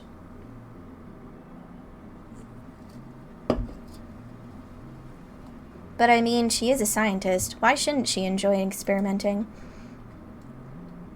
Okabe-san, Hashida-san, please watch the bananas. Who are you to give me orders? I am the mad scientist Whatever, just keep your eye on the bananas. Okay, so she's a little snippy. Daru and I do as we're told and stare at the bananas. Truth be told, we were planning to watch the bananas anyway. After missing it the first time, we're determined to witness what transpired with our own eyes. 60 seconds have passed. Any change? Nope. Any second now, the jellified banana should reappear on the stem. If it only happens once, we can just call it an accident and be done with it, but if it happens twice, then that's proof that something's actually going on. And then Karisu will have to admit that I, the great Hoenn Kyoma, have invented humanity's first teleporter. I keep staring at the bananas in anticipation. 100 seconds. A few moments after Karisu's report. Ah! A gel banana suddenly appears, without a sound. Now there are 2 of them on the bunch. It happened faster than the blink of an eye. It appeared! I'm at a loss for words. I just witnessed the unthinkable. This phenomenon is clearly teleportation. The microwave timer chimes. Karisu peeks into the microwave, stumped. How does it look? Huh? Oh, at 104 seconds, it disappeared. Abruptly. Yeah. She's quite flustered. I don't think many people could remain calm after witnessing such a phenomenon. So it is a teleporter, the first in human history! Karisu quickly calms down. She furrows her brow and crosses her arms, tapping her right foot as she mutters to herself. Teleportation. Is that even possible? It did move, no matter how unbelievable that may be. Could it be quantum teleportation? No, that only occurs on the quantum level. Don't avert your eyes from the truth. What you've seen with your own eyes is everything. She gives me a sharp look. Her eyes are like a sniper's, hard and keen. Did it really teleport? It's dangerous to reason from the conclusion. Well then, genius girl, what do you call this phenomenon? Let's sort this out. Neither the banana bunch nor the frozen chicken teleported, correct? So maybe there's a size limit for objects that can teleport. But aren't those chicken pieces smaller than bananas? We used the same chicken for each experiment. They came in 12 packs. Mayuri only buys her favorite, juicy chicken number 1. That's quite a lot then. What about salt? You experimented with salt too, right? We used a handful of table salt on a plate for one experiment. Nothing happened. Maybe the plate was in the way. Of course we tried it without the plate, but that didn't change anything. Then maybe each individual grain of salt was too small, or something. I need a clue. Looks like our genius girl's fighting a hard battle. She starts pacing the room, looking a little annoyed. Anything else? Have you noticed anything else about the phone wave? Not phone wave. Phone wave's name subject to change. Forget about that. So, have you noticed anything or not? Carisu's looking at Daru. Looks like she's asking him, not me. True, he should know more about the phone wave name subject to change than I do. He's done all the maintenance on it, after all. Oh, right. One time it shot off a huge electrical discharge. What? I don't know anything about that. That's because you weren't around when it happened. Discharge? How much? It was like a fluorescent light lit up this development room. It lasted about 2 seconds, I guess. What were the circumstances? I was adjusting the cell phone attached to it. I unhooked it and put my own in. A little bit later, Sparky Sparky. When was that? Around noon yesterday, when you went to see Dr. Nakabachi's presentation. Dr. Nakabachi. That's right, I went to see Dr. Nakabachi's conference yesterday. Come to think of it, he stole his time travel theory from John Titor. Maybe the current John Titor is actually Nakabachi. But wait, Daru, didn't you say that Dr. Nakabachi's presentation was cancelled? Yeah, but you went with Mayushi anyway, remember? No, I don't remember that. After all, Nakabachi's presentation wasn't cancelled the way I remember it. I still don't understand why my memories seem to disagree with everyone else's. That reminds me, I sent you an email back then. Did you get it? An email? That email you showed me at ATF yesterday? When I nod, Karisu comes closer. It said someone stabbed me at the presentation, didn't it? Yeah, but for some reason Daru's phone received it a week ago. Huh? Wasn't that one of your stories? If it wasn't, then that would make the timestamp weird. I always speak the truth. If you don't trust me, I'll show you my send history. I whip out my phone and call up the history, but it's gone. Not a trace of that mail remains. According to my memory, I think it was about 30 minutes after Dr. Nakabachi's conference. About 10 people, including me, saw Karisu's body panicked and fled Radicon. That's when I sent that mail.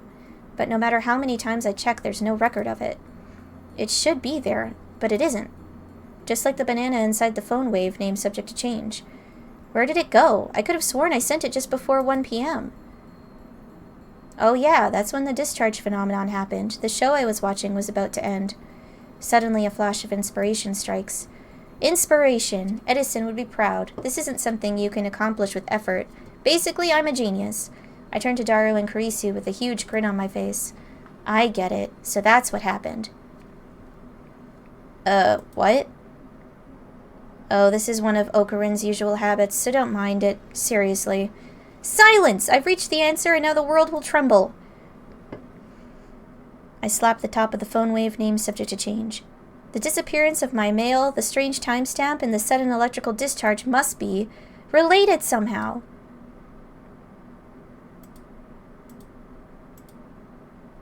And? Huh? I understand that they're related somehow, but how? It's your job to figure that out, Christina. Hashida-san, talking to this guy's so tiring. Everyone's like that at first. The trick is to not take him seriously. And you call yourself my right-hand man? Whatever, I'll prove that I'm right. If we can reproduce the electrical discharge phenomenon, it should bring us closer to understanding the timestamp mystery.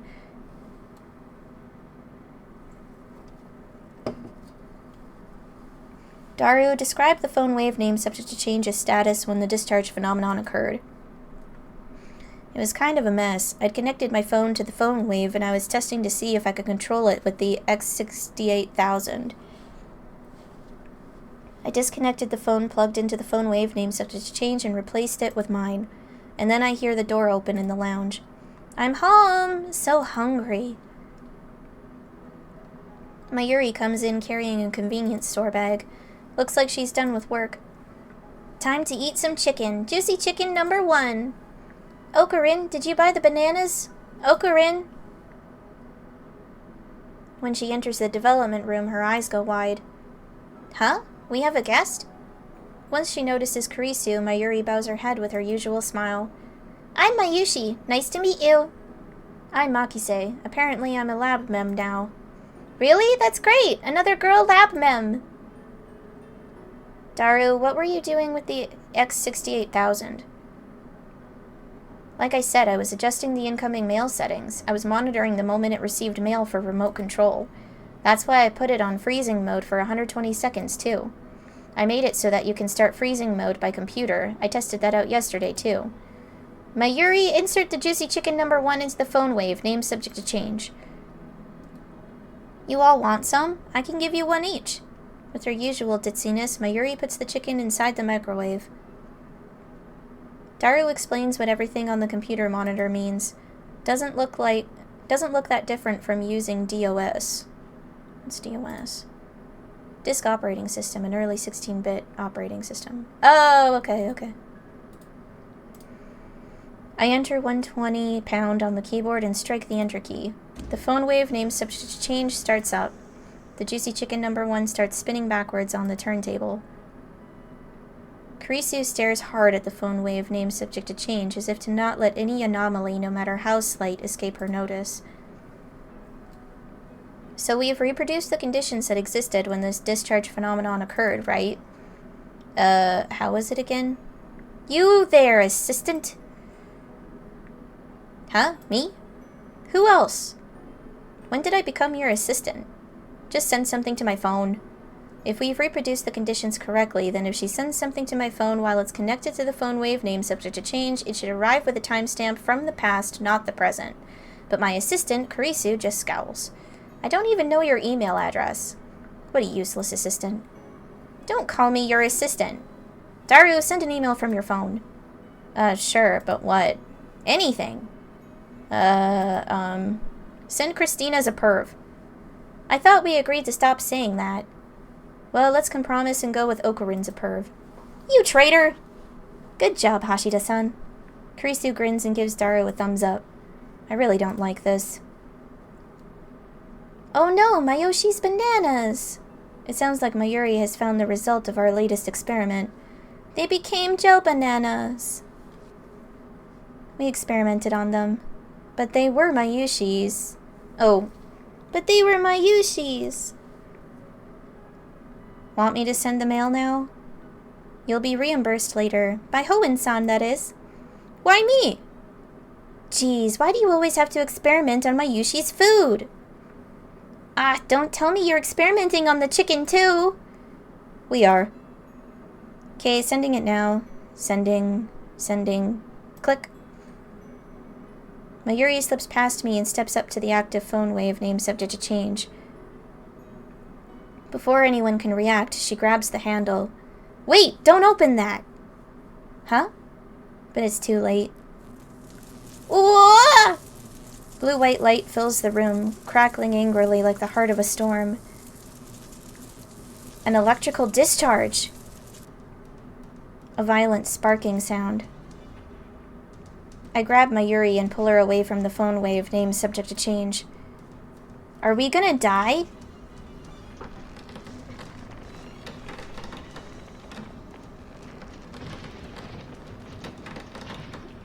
Uh-oh.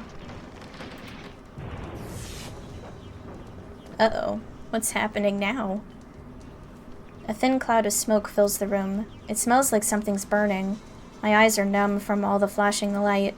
I try blinking several times to regain my sight. I can hear Kurisu and Daru coughing. Everyone okay? Somehow. That was definitely more than 2 seconds. Mayuri squeezes my upper arm with her slender fingers. Okarin? What just happened? My vision gradually returns. Mayuri looks perplexed. Are you okay? No burns or anything? It doesn't hurt anywhere, so I think I'm okay. Looks like covering Mayuri was the right choice. I may be an insane mad scientist, but I still risk life and limb for the safety of my comrades. I gently let Mayuri out of my embrace. Well, that was something. I wiped the sweat off my brow. Hey, look at this! Kurisu's voice is strained. With my vision finally restored, I take another look around the room, and what I see strikes me speechless. The large table in the center of the room is made of thick, solid wood. It can hold about 5 or 6 people without breaking. That's why we placed the phone wave, named Subject to Change, and the X68000 on it. The table that has been split in two, as if by a woodcutter's axe. The computer and other parts connected to the microwave are scattered across the floor, and the microwave itself has broken through the table. It's literally stuck in the floor. What the hell? How did that... Yeah, it's a microwave, but it's not heavy enough to make a hole in the floor. This can't be caused by electrical discharge. Some other phenomenon? I shake off my surprise. This is no time to be standing with jaw agape, Ho and Kyoma. Seize the moment. Heh. Just as my calculations predicted. First, some maniacal laughter. Next, I try to take out my phone and do the usual, but unfortunately, it's still plugged into the phone wave, named Subject to Change. El Sai Congru. I whisper the words. Words that have no meaning. Words I use simply because they sound cool. These words have meaning because they have no meaning. After years of repeated use, just speaking them is enough to calm my heart. So, about Mayushi's chicken. Eh? Mayuri stands up and looks inside the phone wave, named Subject to Change. It's embedded in the floor, but she somehow manages to pry the door open. Ah! Mayushi's chicken is all burnt black! I pat Mayuri's shoulders to cheer her up. I don't know how that would possibly cheer her up. Her chicken's all gone. And it's her favorite. I'd be really upset, too. Juicy Chicken number 1 made a noble sacrifice for the progress of science. Let us pray for his happiness in the next life. The chicken doesn't matter. Right now we need to determine what happened with the phone wave. It doesn't matter? That's so mean, Christina-chan. Hey, Ho and Kyoma, do something about this. Mayushi-san learned my name wrong. More importantly, we need ventilation. Silence, all of you! I affix everyone with an overpowering stare. This shall be remembered as the moment that the greatest experiment of the century succeeded and brought humanity a step forward in a new direction. These guys have no right to ruin that with their foolish talk. My heart pounding, I detach my phone from the phone wave, named Subject to Change. Luckily, it's completely unharmed. I open it. It still works. I bring up the list of received emails. New emails should come at the top. However, my heart beats even faster. The topmost email isn't the one Daru sent before the discharge occurred. This impossible phenomenon is exactly what I was hoping for. I look back through my email history, and there, I find it.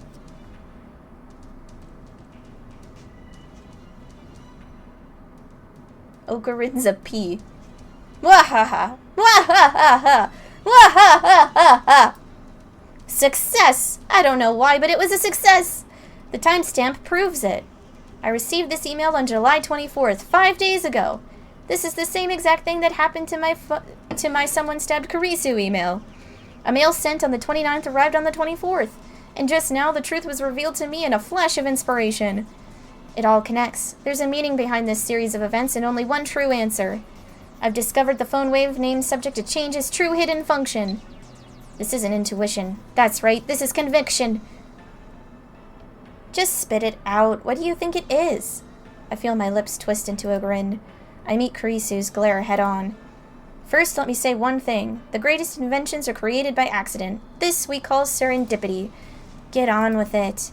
How dare she ruin my speech? Oh well, let's get to the point. The mail was sent to the past. The chicken returned to its frozen state. The plucked banana returned to the bunch. No way. Kurisu seems to get it now. As expected of my genius assistant. Yes way! This is the choice of Steins Gate. The phone wave named Subject to Change is a time machine.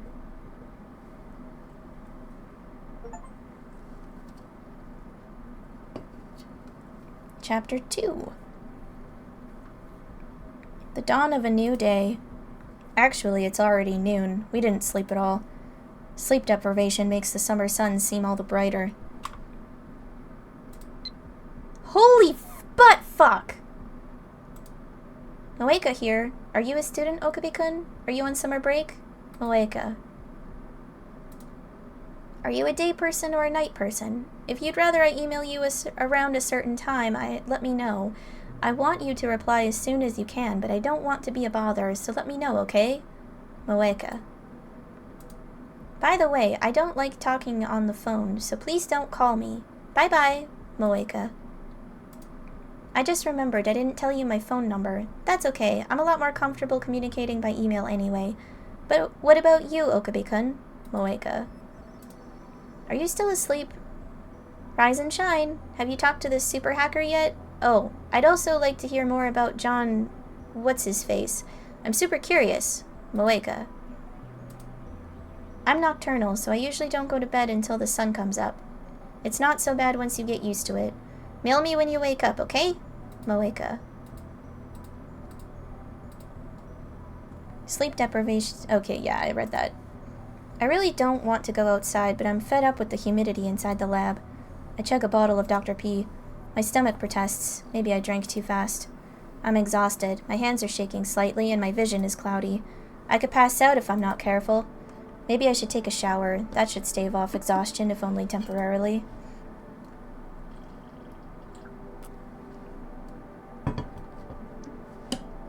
This building has a basic shower room. There's no bath, but it's enough. The lab would be hell without it.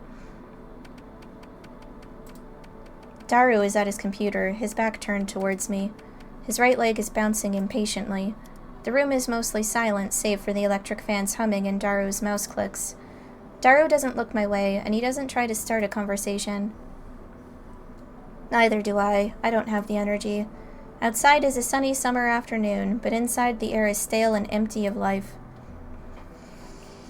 Man, I wish it was a nice sunny summer afternoon about now, but instead it's like negative 20 degrees outside. And it's snowy and cold. We had like blizzarding like winds the last 2 days. Fun.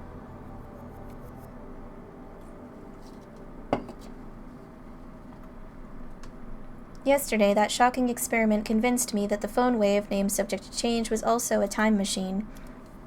But Kurisu didn't seem willing to accept the results. She just started screaming. A time machine? A time machine? It can't be! Then she took a mad dash out of the lab. It was like she couldn't get out of here fast enough. As for Mayuri, she was depressed about her chicken and bananas, so she skipped her daily costume sewing and went home. Grudges over food run deep, I guess. Which leaves the lab empty, save for Daru and me. Our enthusiasm shot through the roof when we realized that the phone wave, named Subject to Change, had tremendous hidden potential. We nearly died of excitement after successfully sending an email to the past. So we stayed up all night doing experiments to confirm whether or not the phone wave, named Subject to Change, is indeed a time machine. The results, however... We went to the supermarket and stocked up on a wide variety... We went to the supermarket and stocked up on a wide variety of items. We tossed each of them into the phone wave, named Subject to Change, but everything failed. No change. Nothing happened. After the experiment, where the discharge phenomenon occurred, everything warmed up normally. No jellification. Suddenly, we couldn't get anything to happen. We still have no idea why. First, let's review the problems revealed by this last run of experiments.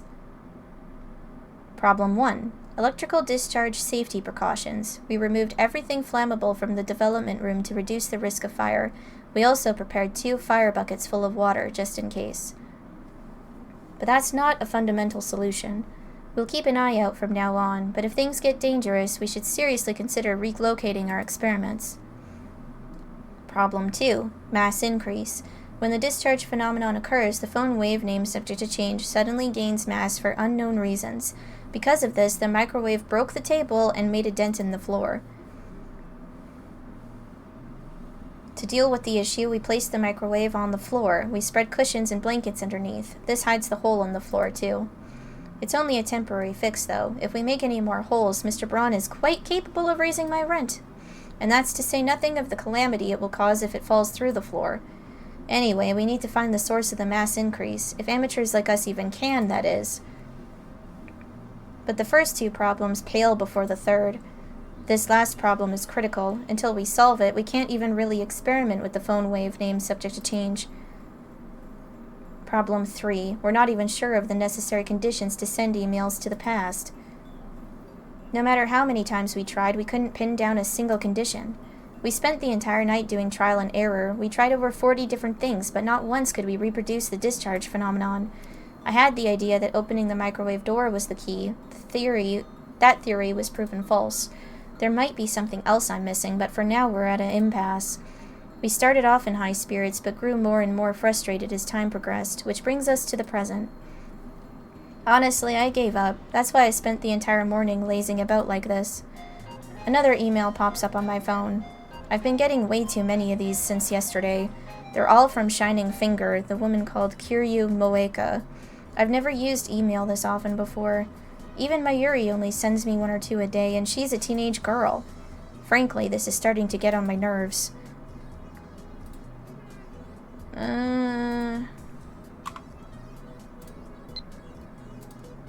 I haven't gotten a reply yet. Are you still asleep? You sleep too much, Okabe-kun. You're living like an old man. Well, I guess I'm not one to talk, LMAO. Anyway, let me know when you have something on the IBN 5100, pretty please. Moeka. I saw how fast Shining Finger typed. That should have been enough to tip me off that she was a male demon. I was careless. It's too much of a pain to reply, so I ignore it. I finish off my bottle of Dr. P. My stomach gurgles. I haven't eaten anything since yesterday. I'm so hungry I don't even feel like showering. I call out to Daru, who's hammering on the keyboard. Hey, wanna go to Sanbo for some beef bowl? Nah, too much trouble. Aren't you hungry? Yeah, but... you're such a bum. What is doing on the computer anyway? What is doing? Okay. I'm curious, so I casually peek over his shoulder. The hell is that? There's an image of a futuristic-looking facility I've never seen before. Richly colored cords crawl through a gigantic octagonal tunnel, like the interior of a spaceship from a sci-fi movie. Based on the height of the people in the picture, the tunnel looks to be more than 10 meters tall. Incidentally, the people don't look Japanese. Daru sighs heartily. I don't know if the blank outlook in his eyes is from sleepiness, exhaustion, or if something's just wrong with him. The Large Hadron Collider sure is cute. What? What did you just say? Large Hadron Collider. Is that an incantation? No, a secret technique? Large Hadron Collider. You don't know about it? I grab Daru's relaxed shoulders and wring them out. Ow, ow, ow, ow, what are you doing? Are you conscious? Of course, man. What is this Large Hadron Collider thing? You know, it's what CERN uses to do their experiments, LHC for short. It's seriously moe, recommended. You're lusting for something that's not even humanoid? Of course not, but there's something about it that gets me excited, you know? It makes me smile, you know? Don't you feel that? Come to think of it, I remember you said that you found factories and the undersides of highways irresistible or something. Yeah, same thing. Where does it end? 2D, 3D, and even inanimate objects. Life's too short. I don't want to limit my interests, you know? And yet you'll do anything to avoid things that don't interest you. Hypocrite. CERN. That name. I've seen it somewhere and recently. Where was it again? Oh, of course. John Titor! Oh yeah, that guy you mentioned earlier. He's the guy @Channel's going crazy about, isn't he? That one might be an imposter. I was talking about the John Titor who appeared 10 years ago. He appeared 10 years ago? The same guy? I had hoped that Daru would remember, but no such luck. Anyway, John Titor mentioned CERN. I don't remember all of it, but there's one thing I'm sure of. Titor made a prediction, namely that before the year 2034, CERN will develop a time machine. A time machine? That's a timely topic. But that wasn't just 10 years ago. This new Titor said the same thing. It doesn't matter if it was 10 years ago or 10 seconds ago. That's not the point, Daru. This coincidence could very well be the choice of Steins Gate. Can we trust this Titor guy? It doesn't matter if we trust him or not. Now we have something in common, a time machine. We should investigate CERN. We've got nothing to lose. Vigor returns to my body. Curiosity truly is the greatest delicacy for a mad scientist like me. My Yushi spending money is getting dangerously low. You and Daru need to chip in too sometimes. You don't want to get between me and my food. Honestly, she's so right. Anyway, the phone wave name subject to change experiment has hit a dead end for now, so it shouldn't matter if I make a little detour for this. Tell me everything you know about CERN. Sure thing, my CERN folder is smoking hot. Daru strikes his keys with renewed passion. He goes to the My Pictures folder and opens a folder literally called CERN. CERN is the world's largest particle physics CERN is the world's largest particle physics research institution. It's popularly called the European Laboratory for Particle Physics, or the European Organization for Nuclear Research. It's close to the border of Switzerland and France, on the outskirts of Geneva. It's famous as the birthplace of HTML, HTTP, and the World Wide Web. Oh. Huh. The World Wide Web? You mean the internet? Bingo. That thing at the beginning of most URLs. CERN invented that? All I know about CERN is what I read T-Tor... What? What is this sentence? All I know about CERN is what I read T-Tor's book. I'm assuming it should be what I read in T-Tor's book. I never knew they were that amazing. Most people aren't aware, but there's a Japanese research team working at CERN, too. What sort of research does CERN do? Particle physics, mostly. CERN can do experiments no one else can because they have the biggest particle accelerators in the world. The low-energy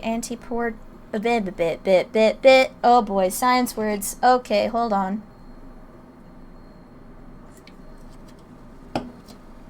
The low-energy anti-proton ring, the proton synchrotron booster, the large electron positron collider, and the big boss is the largest accelerator in the world, the LHC, Large Hadron Collider's TON. Anthropomorphism, okay. Otaku possess the ability to anthropomorphize in moe form just about anything in the world simply by sticking tan on the end of its name. Ton. Excuse me. Daru's powers encompass even particle accelerators. Okay.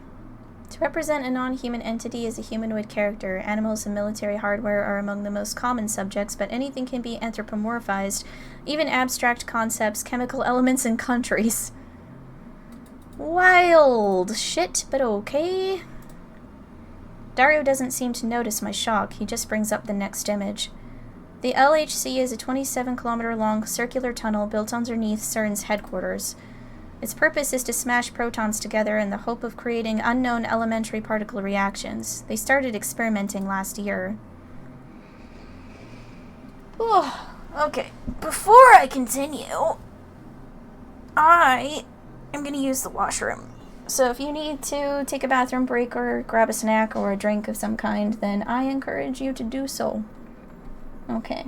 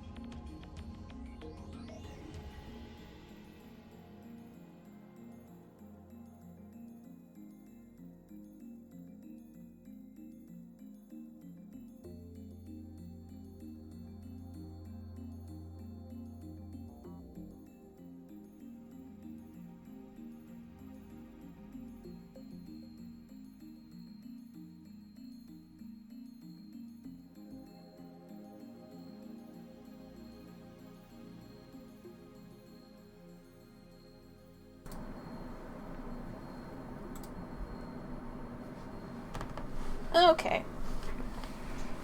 Get myself comfortable here.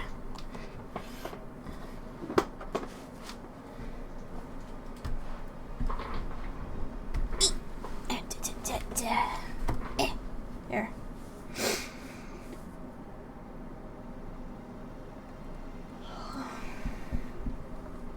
Before they started, there were rumors that the experiments might create mini black holes.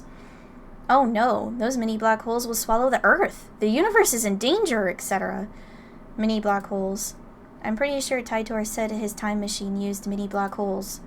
Are the things he said about CERN true? What's the possibility of that actually happening?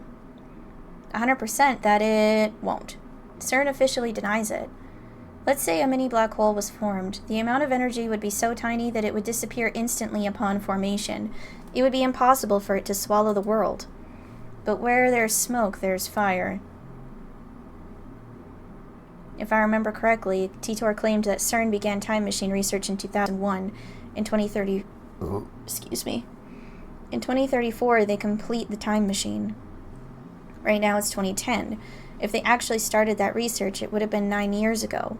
According to their official announcements, they only began experimenting in 2008. That's suspicious. Of course, that's assuming Titor's story is true. Some of Titor's predictions were on the mark, but most weren't. I'm also perplexed by how everyone around me seems to have forgotten about Titor's 2000 appearance. There's something important in Titor's tale. Or at least I want there to be. I take out my phone and put it to my ear. It's me. Don't be surprised. I've sniffed out an evil conspiracy. John Titor, CERN. You see where I'm going with this? Yeah, that's right. They're likely connected to the organization. Coincidence? Come now. Don't disappoint me. What? Evidence? Well, if you must know... Whispers. Whispers of my mad scientist intuition. Those bastards are trying to destroy the world. Yeah, with mini black holes. But what if we were to steal the technology? What then? Of course. Who do you think I am? Everything is the choice of Steins Gate. Else I congru. I put away my phone, then turned to find Daru giving me an exasperated look. Just who the hell are you fighting with? Daru, I know what we must do. Was that... Don't you was at me. You're supposed to grin like you know exactly what I'm talking about. What kind of super hacka are you? I wanted him to say something like, well, why the hell not, so what's in it for me? And then we'd continue like this, grinning slyly the whole time. Me, a week's worth of potato chips. Daru, 10 days. Me, you sure are a glutton. Daru, the dive makes you a hungry man. Me, deal, get started. Daru, you got it, boss. Or something like that. Yep, a real cool conversation. That's what you consider a cool conversation? Okay. But the real world Daru just purses his lips. You always give such half-baked explanations. Try to sound intelligible before you try to sound intelligent. Work with me here. You are a super hacka. Stop saying hacka. At least say hacker. See where I'm going with this? No, not at all. Hack into CERN. Daru stares at me in disbelief. Is that some kind of joke? I know you can do it, Daru. Expose their dastardly deeds and find any hints you can about the time machine. Dastardly deeds? You're just imagining that stuff, Okarin. We stand at a crossroads. Will the phone wave name subject to change become a functional time machine, or will it die as garbage in lab storage? You serious? I'm always serious. I look Daru straight in the eye as I answer. Looks like that made him understand my position. Daru sweeps the garbage off his desk and sits up straight. I'm not responsible for the consequences, got it? Suddenly, Daru is bursting with energy. It's like his earlier lethargy was a lie. Deal. Get started. Let's do this. For your payment, I'll deposit a week's supply of potato chips into your Swiss bank account. Daru doesn't respond. He's already deep in concentration. Anyway, I'm gonna sleep. It's all yours. I lie down on the sofa and let the clacking of Daru's keyboard lull me to sleep. You should be eating something, though, dude. Like, you haven't ate since yesterday, and all you've had was a Dr. Pepper. Like, that's not a good diet of any sort. Jesus Christ. Kyoma, when operating in the mundane world, you're supposed to be discreet, yeah? You don't want them to notice you. Remember, the summoning has taken 2,000 years to prepare. If it fails, everything will be ruined, although I suppose that might make things interesting. Yeah, ha ha ha. Okay. I don't know what this E is for. Probably internet, but it doesn't let me use it right now. I wake up to the twilight sun streaming in through the window. A refreshing breeze blows in, softly brushing my cheek. Daru's exactly where I left him before I fell asleep. He's sitting in exactly the same position. Not much has changed besides his typing speed.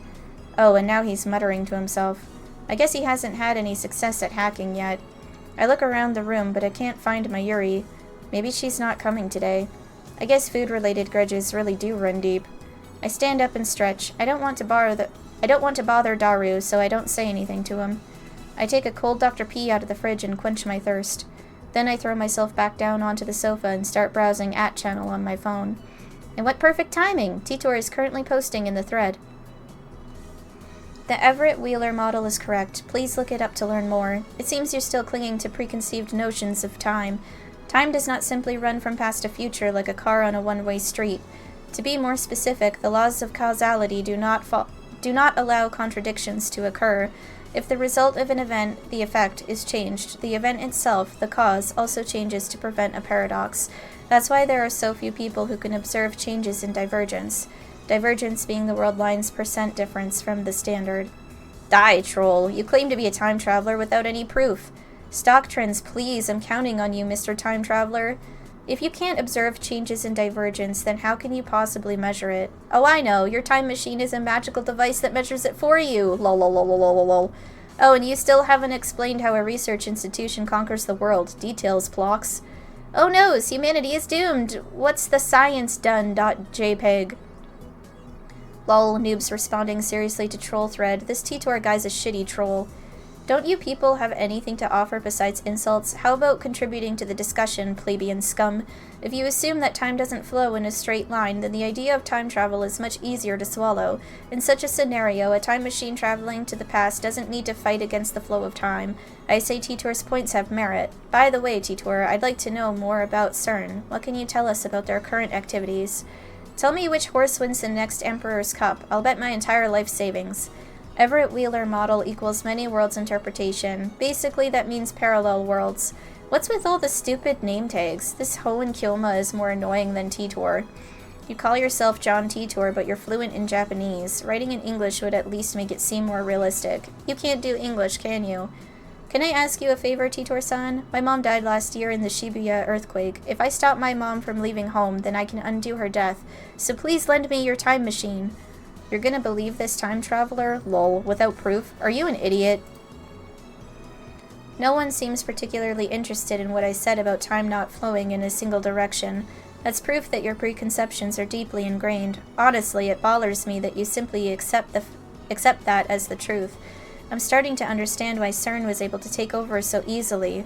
Whenever a major event causes divergence to change, the timeline is reconstructed to prevent paradoxes from occurring. For example, let's say that a major event causes this world line to diverge into a new world line. Call it world line B. On world line B, I'm afraid to say @channel never existed. As the timeline is reconstructed, all of your memories of reading and posting on @channel will disappear, to be replaced by memories of you doing something else. In other words, by changing the present, you change the past. I wrote about CERN yesterday. The only other thing I can say is that you must not believe their lies. They have already succeeded at creating micro-black holes. Kuri Gohan and Kamehameha. That Dragon Ball reference.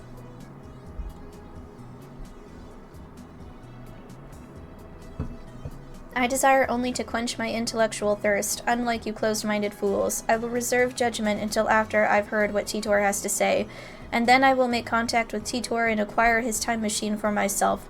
The great mad scientist Hoenn Kyoma will have the last laugh. Suck it, sleazebags. Tell me stock prices or fucking die. I won't believe until you tell me. That's not reconstructing the world, you idiot. That's altering people's memories. Who the hell can alter the memories of nearly 6.7 billion people? Do you even realize how stupid that sounds? I think I would have noticed if someone went and screwed with my brain. Would you, though? Would you, though? And what does any of that have to do with the many worlds interpretation? Do some research, lol. Micro black holes, lol lol lol lol lol. Wait, the future's a wasteland? That means I can be a road warrior and ride a mod buggy, right? I'ma go get me a mohawk. Anyone know where I can buy spiked shoulder pads? I checked CERN's homepage. It says they've been experimenting since 2009. Can they really make black holes? What the hell's gonna happen? Does Titor have a mohawk? God, that's fucking moe. Are you implying our brains make the world? Are you saying the universe is a giant tree and we're the branches or something? That's some EVA level bullshit right there. Go back to 2036. Is this how you reply to a specific person? Thank you for showing me. Reconstruction of the timeline and alteration of people's memories. I think they're essentially the same thing. Why are you so intent on saying they're different? With a few exceptions, nobody can keep their memories across world lines. They are reconstructed along with everything else when divergence changes. What's a road warrior? Anyone home? I'm immersed in a heated internet argument when an unfamiliar voice interrupts me. Huh? What are you doing here? The door opens and a girl peeks inside. I recognize her. It's the girl I met yesterday at the Brawn Tube workshop. Hi, I'm from the Brawn Tube workshop. When our eyes meet, she smiles. The TV you sent in for repairs has been fixed. Mind picking it up? Daru's typing gets even faster. Looks like he's in the zone. It would be a bad idea to disturb him with our voices. I nod to the girl and hurry outside. Why do we have to be sneaky? What was this girl's name again? I think it was something like Aruma or Amore. Oh right, Amane Suzuha. Currently, my genius partner in crime is executing an important mission. I don't want to bother him. What exactly do you guys do? I told you before that learning our secrets could put you and everyone you know in grave danger. You're called the Feature Gadget Laboratory, right? How did you know that? I never told you. Wait, are you an organization spy? I raise my guard and spring into praying mantis stance.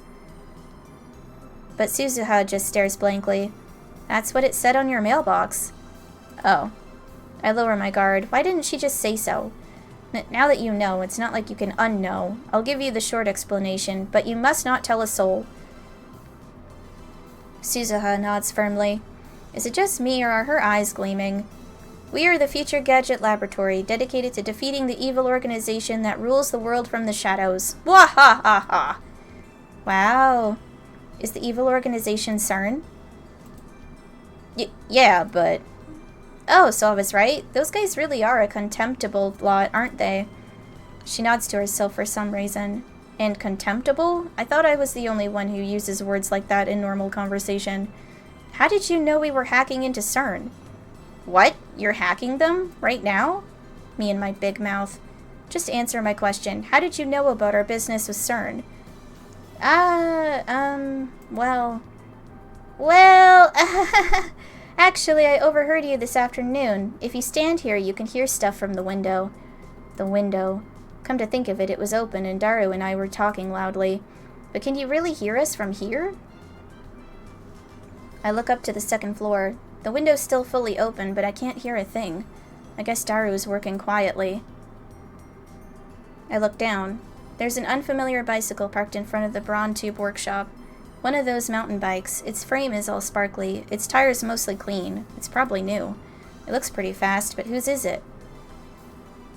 I've only been working here for a day, but... Suzuha opens the Brawn Tube workshop door with a wry smile. I've got a lot more free time than I expected. I've gone out 4 or 5 times today. Figured I'd reconnoiter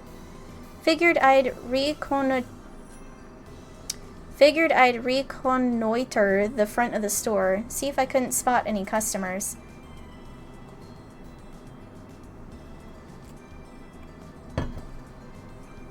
Reconnoiter? Now there's a word you don't hear in casual conversation. I'm pretty sure it means to perform reconnaissance, to scout an area and gather intelligence. Is she some kind of secret agent? I follow Suzuha into the store.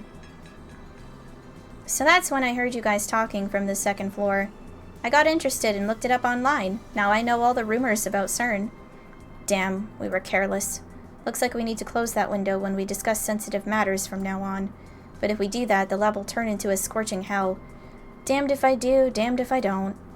Anyway, you must not tell anyone else, or else Men in Black will raid us. Ah, yeah, I understand. I'm actually tight-lipped, so don't worry. Suzuha grins and thumbs her chest confidently. All is quiet inside the Braun Tube workshop.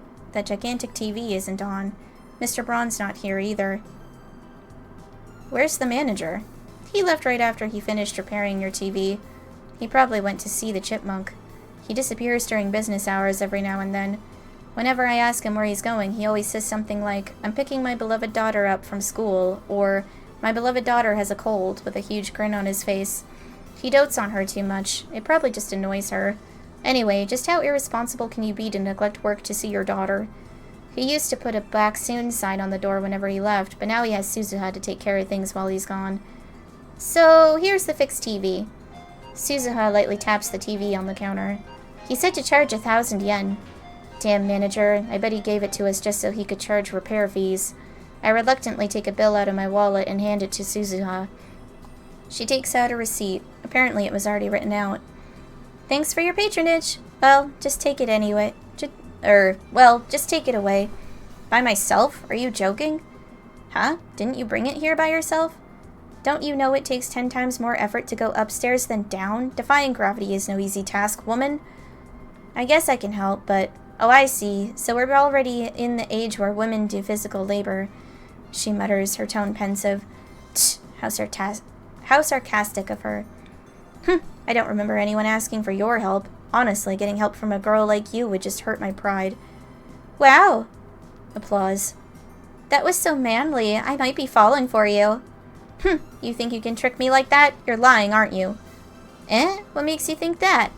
It's one of my powers, coloring gentleman. This power allows me to see through lies. Liars appear to glow red, then they die. You have powers? Suzuha's eyes pop, but then she clears her throat as if to hide her surprise. Are you some kind of esper? When I nod, she whispers into my ear. Are there a lot of espers like you? Of course not. I am special. I thrust my chest out as far as possible to display my majesty. Oh, you had me scared for a second there, but still, it's amazing that people like you exist. Maybe CERN is the reason there aren't more where I came from. After muttering some nonsense to herself, she finally nods in understanding. By the way, does the ability to see through lies have any combat application at all? If it were me, I'd want perfect accuracy within 1,000 meters, or ultra-fast reflexes that let me tear my enemies' limbs off before they can react. What the hell is she talking about? Is she a survival game otaku? No, wait, don't tell me. You're an organization assassin, aren't you? You must be the one they call Miss Golgo. Who hired you? Nobody hired me. What's a Golgo? She's trying to gloss things over with an insincere smile. Her confusion is suspicious. That reminds me, I think I remember her saying some awfully disturbing things when we first met yesterday. Anyway, do you have any other powers? Even if I did, there's no way I'd tell a hitman hired to kill me. I'm not going to kill you. Revealing my powers would be suicide. They are most effective with the element of surprise. In other words, they're for me to know and you to find out. Meanie. Say what you like. Burning tension runs between us.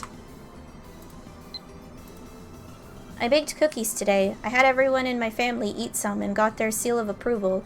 Would it be okay if I baked some for your lab friends, Master? Oh, and it would be great if you could teach me some more techniques with Sami Dareb whenever you have time. P.S. I managed 10 practice swings today.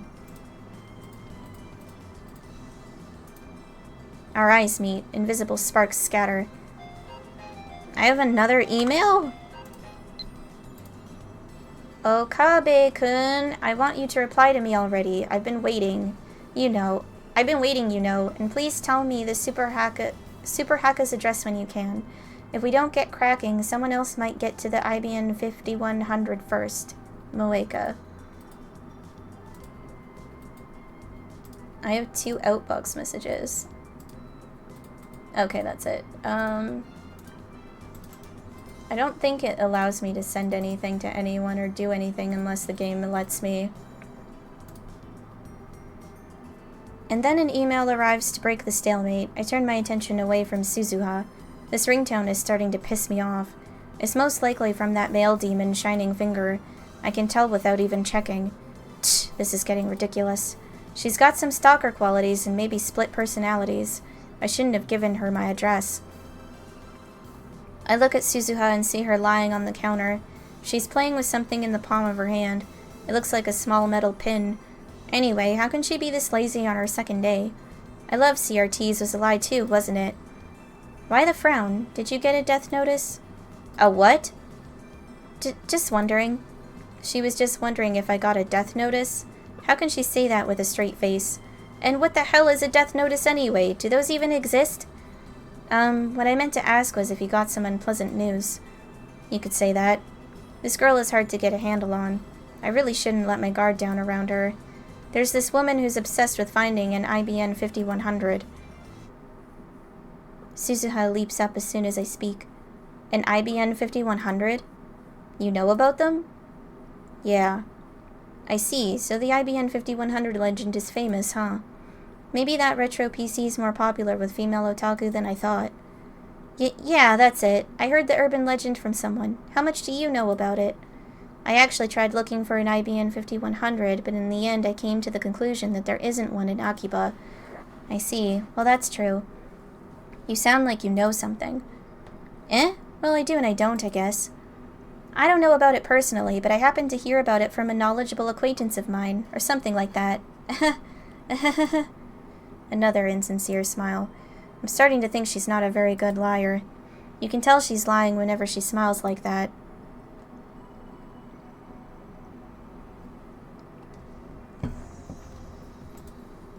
Sure enough, she doesn't offer any other information. She just keeps that insincere smile plastered on her face.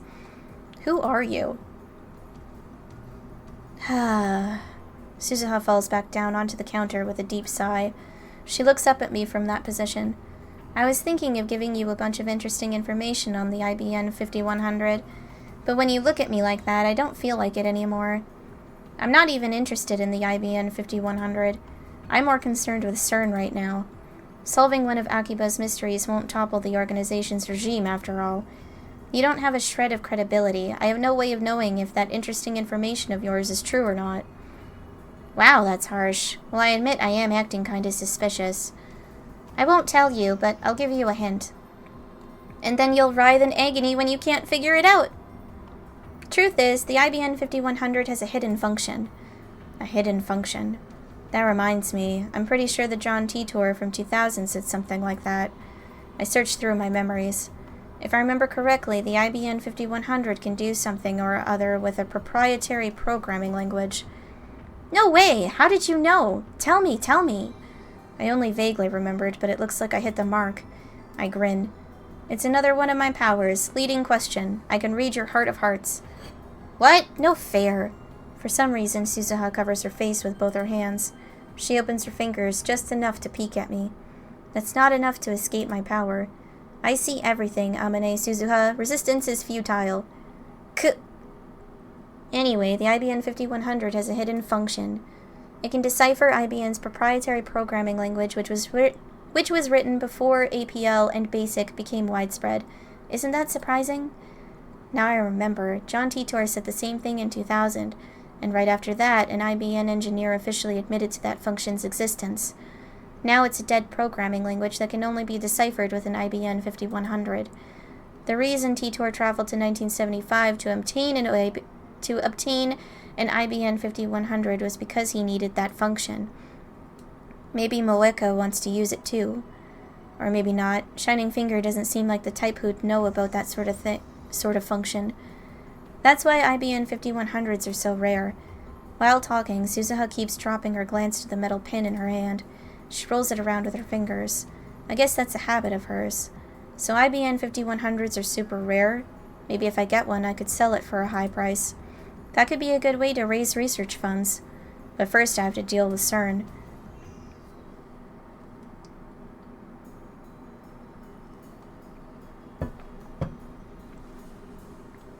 Life in 2036 is very different from what it is today. Most people live on farms growing their own food. All forms of commerce and communication are restricted. There's no travel, no internet, no railroad even. Most people never see another town, let alone a city. Science continues to advance, of course, but the vast majority of people do not benefit from that progress. Technology belongs only to those chosen by CERN and the Committee of 300. It's very peaceful, at least on the surface. There's none of the conflict you see in this era. There's no war? How is that possible? How did CERN resolve the situation in the Middle East? What have you got against world peace? Sounds to me like CERN's doing humanity a favor. This Titor guy stole a time machine from CERN, didn't he? He's the bad guy here. Die in a fire, terrorist scum. The world in 2036 is governed by CERN. All nations, even America, have disbanded their armies. To put it simply, civilization has returned to an 18th century level of technology and exists under a communist system of government. Except now, that system works flawlessly. Right now, you should be asking yourselves how that is possible. How does a system of government that collapsed in the 20th century exist without any discontent? The answer to that question is the reason I am here. Yes, I am a terrorist. There are others like me who fight against CERN. We think of ourselves as the resistance, but there is no denying that our actions are a kind of terrorism.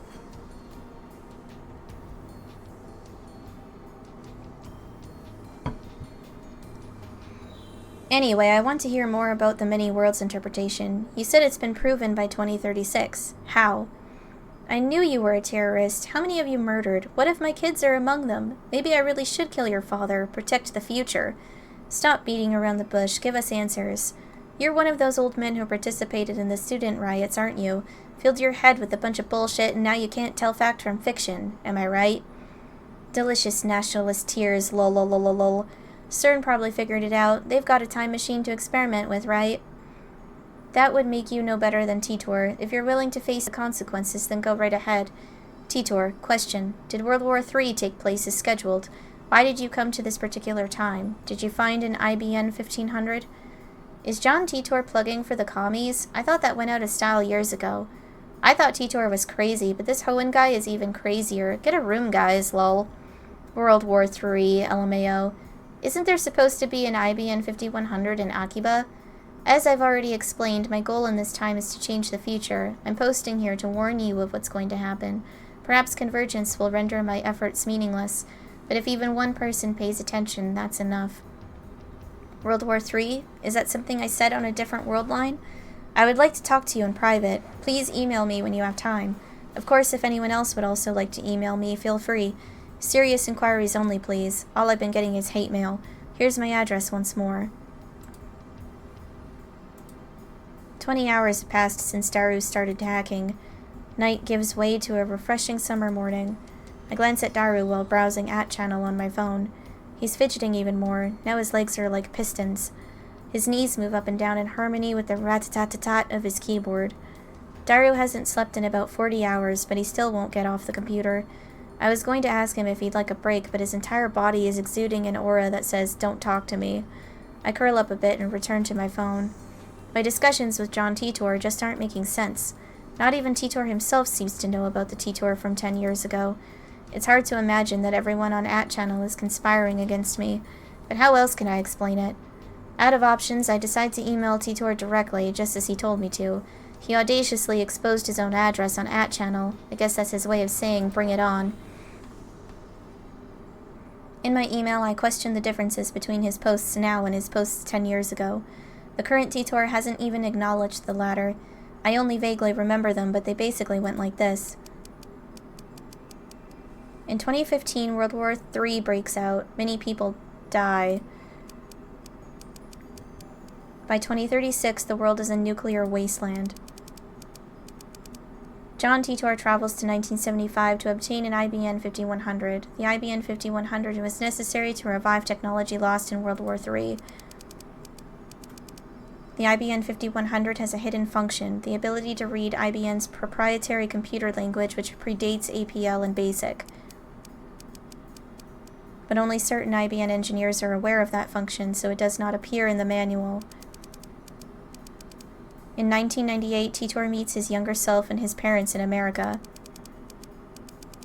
John Titor was a soldier who volunteered for this mission. John Titor is an American.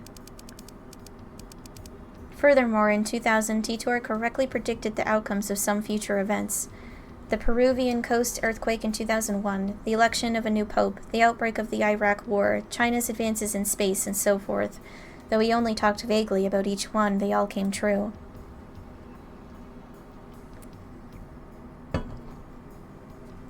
Well, I'm certainly glad that 2015 wasn't when World War III broke out in real life. That would have sucked, because, like, that would have been, like, a year after my high school graduation. So, like, jeez. On the other hand, other predictions weren't unfulfilled. For example, the Y2K bug, civil war in America, the cancellation of the Beijing Olympics, the inauguration of America's first female president in 2009, and so forth. There's more, but let's leave those aside for now. I'm going to ask him why those predictions didn't come true.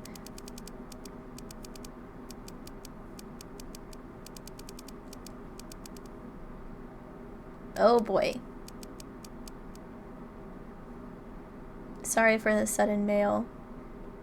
Okay, what did he say right at the end there?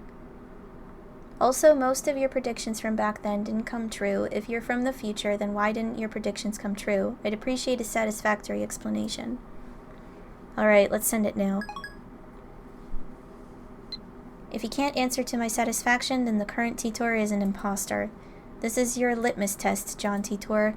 Hehehe. So what are your true colors? Tutru, good morning! Mayuri comes in. Looks like she's forgiven us for experimenting on her food. She's back to her usual smiley self. What are you doing here so early? Well, I heard you guys had stayed up 2 nights in a row, so I brought you some goodies. Excellent, good job. Though to be accurate, it wasn't 2 nights in a row. I took an afternoon nap yesterday. Mayuri starts fishing through her convenience store bag, and then she takes out... Ta-da! Canned Odin! The canned Odin is still warm when she gives it to me. I open the lid right away and eat the beef. Mayuri and I have been together for a long time, so she knows what I like. And when it comes to canned Odin, beef is where it's at. A canned meal sold in vending machines. Okay, that's really different. What? Each can contains a hot broth with various Odin ingredients such as boiled egg, radish, konjac, beef, and tofu. A popular Akihabara specialty.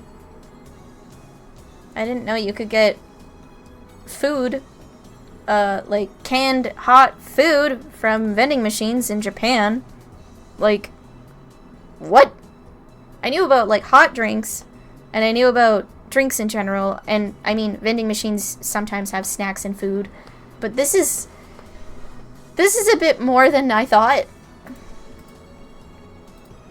It's a present from Mayushi. They're 270 yen each, so savor it, okay? I've been getting tired of eating bananas and chicken lately, but buy these instead from now on. But Mayushi doesn't have enough pocket money to splurge like this all the time. And Mayushi loves bananas and chicken, so she'll keep buying them. Ugh. I consider saying you'll get fat if you only eat frozen foods, but that threat's not very effective against Mayuri, so I hold my tongue. Her high metabolism prevents her from getting fat no matter how much she eats. It's giving me an ad warning, and I'm gonna snooze it. So...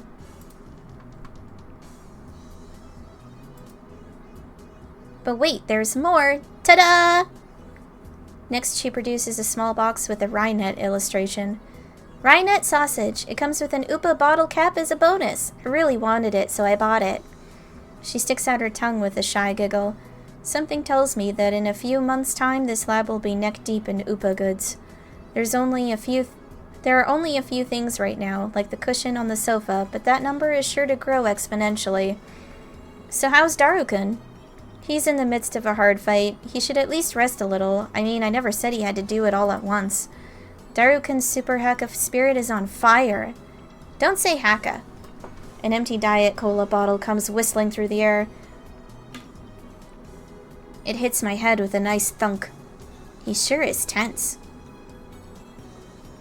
Mayuri and I evacuate to a corner of the lounge and quietly eat the Odin. But isn't hacking bad? Mayushi doesn't want you to do bad things. I would be a fool to let... Wait, yeah. I would be a fool to let Daru's hacker skills go to waste. Incidentally, it looks like hackers hijacked CERN's system back in 2008. We found news articles about it online. That means even the inventors of the World Wide Web have holes in their security. With his skills, Daru should have no trouble getting through.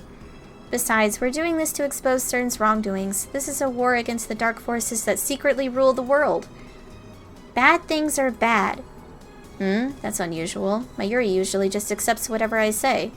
Well, I admit it, we are doing a bad thing. But there's no way we can stop now. I need to change the subject.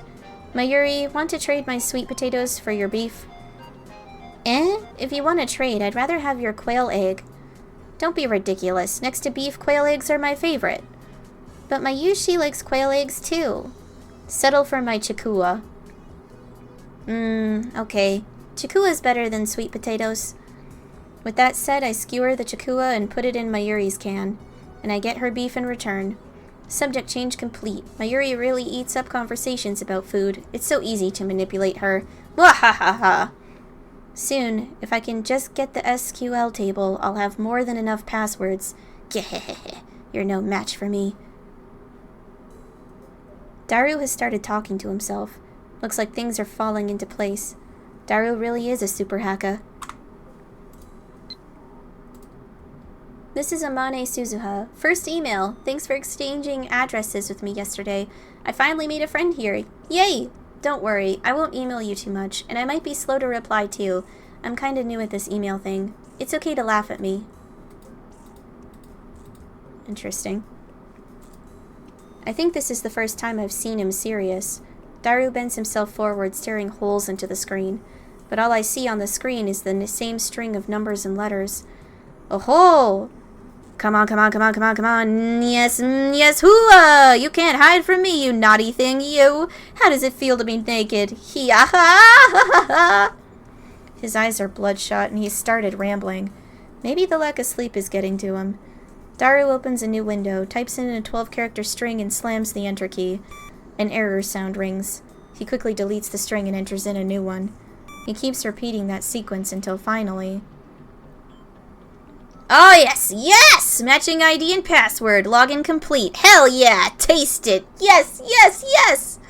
What enthusiasm. Did you get it?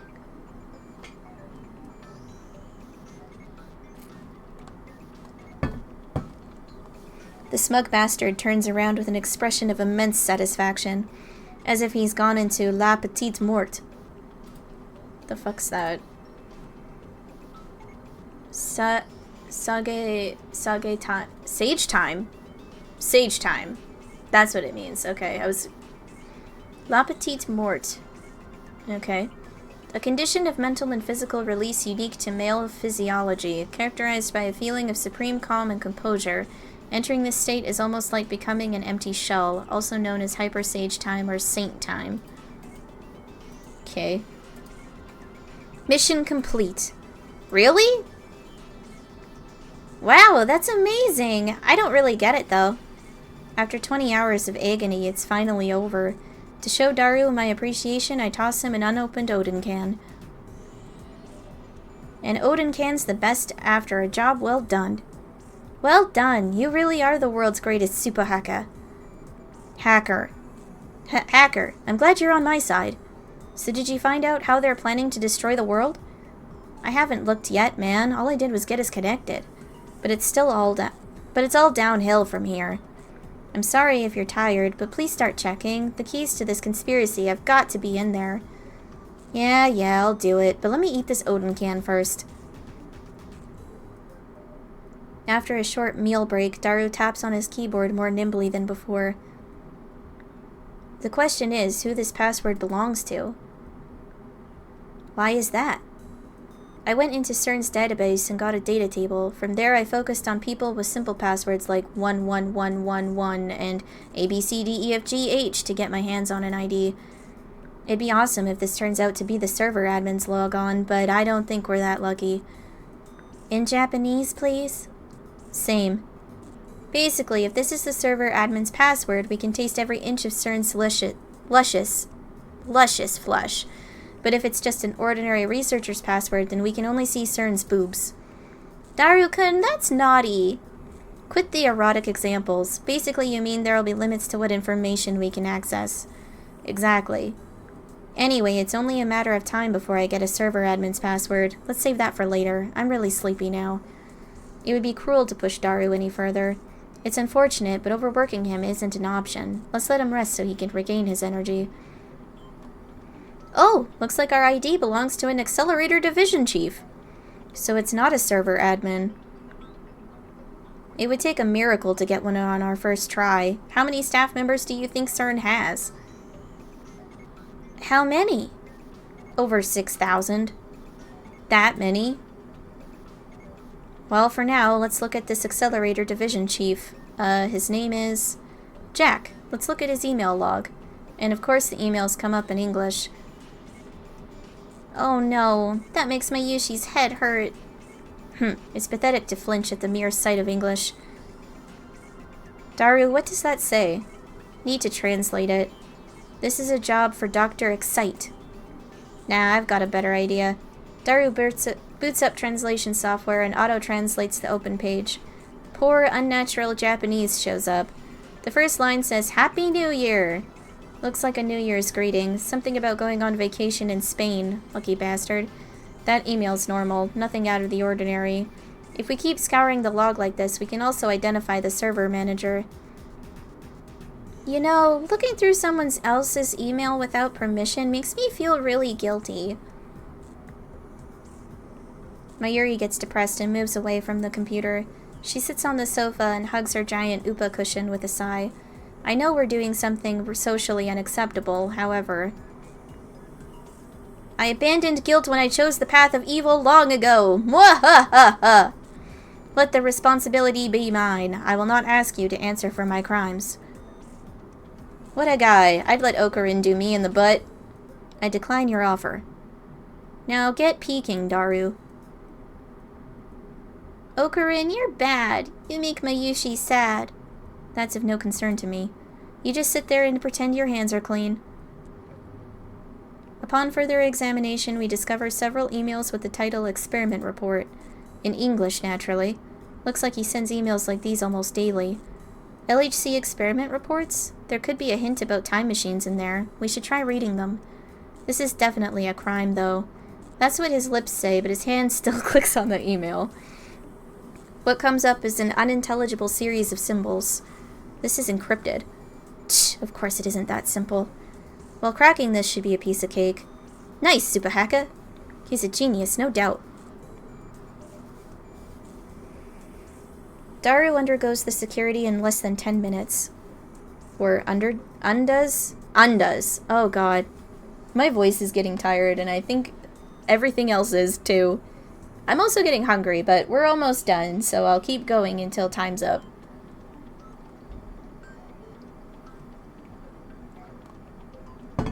I also see an ad is popping up soon, so sorry, boys. Or girls, or non-binary folks alike, I don't know. The real-time sync is deciphering the crappy machine translation. Translated into proper Japanese, it's... Hi, Paul! That acting's completely unnecessary. Aw. Uploaded today's data to the server. The LHC is performing admirably. Can't say the same about the rest, though. This baby's fickle as a cat, but it was surprisingly obedient this month. It would be great if it stayed like this forever. But don't you think this work is unrewarding? This kitten, this 27-kilometer-long kitten, has been in operation for 9 years. Our research will change the course of history, yet only a small group of people are allowed to see it. Of course, if it were ever officially released, it would be one hell of a scandal. People would probably say something like, call Robert Zemeckis to CERN right away. He could build it in less than a year. 9 years? Daru finishes reading. I rub my temples with my thumbs. Calm down. Let's sort things out. Do you think there were any translation errors in that email? Did Daru notice something unnatural too? He's not joking like he usually does. If you trust the translation software, then that's what it says. The Japanese is strange in places, though. But that doesn't make sense. I thought the LHC was only put into operation around spring last year, but this email makes it sound like it's been in operation for 9 years. That is strange.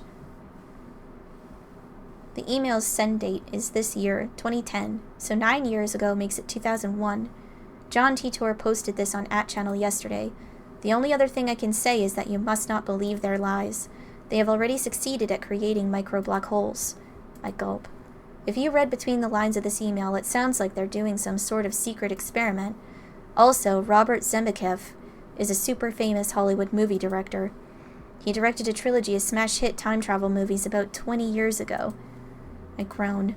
No way. Was I right? CERN's hiding a major secret from the world? And it's related to time travel? Keep looking, Daru. Search for anything related to time machine research. Seriously? I don't know if Daru is questioning my order or the possibility that CERN might be researching time travel.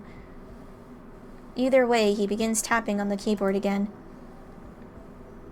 There aren't any emails with the phrase time machine in them. But the phrase Z program was used hundreds of times in the past few months. Do you think it could be about the current LHC experiments? What is it specifically? Black hole formation experiments?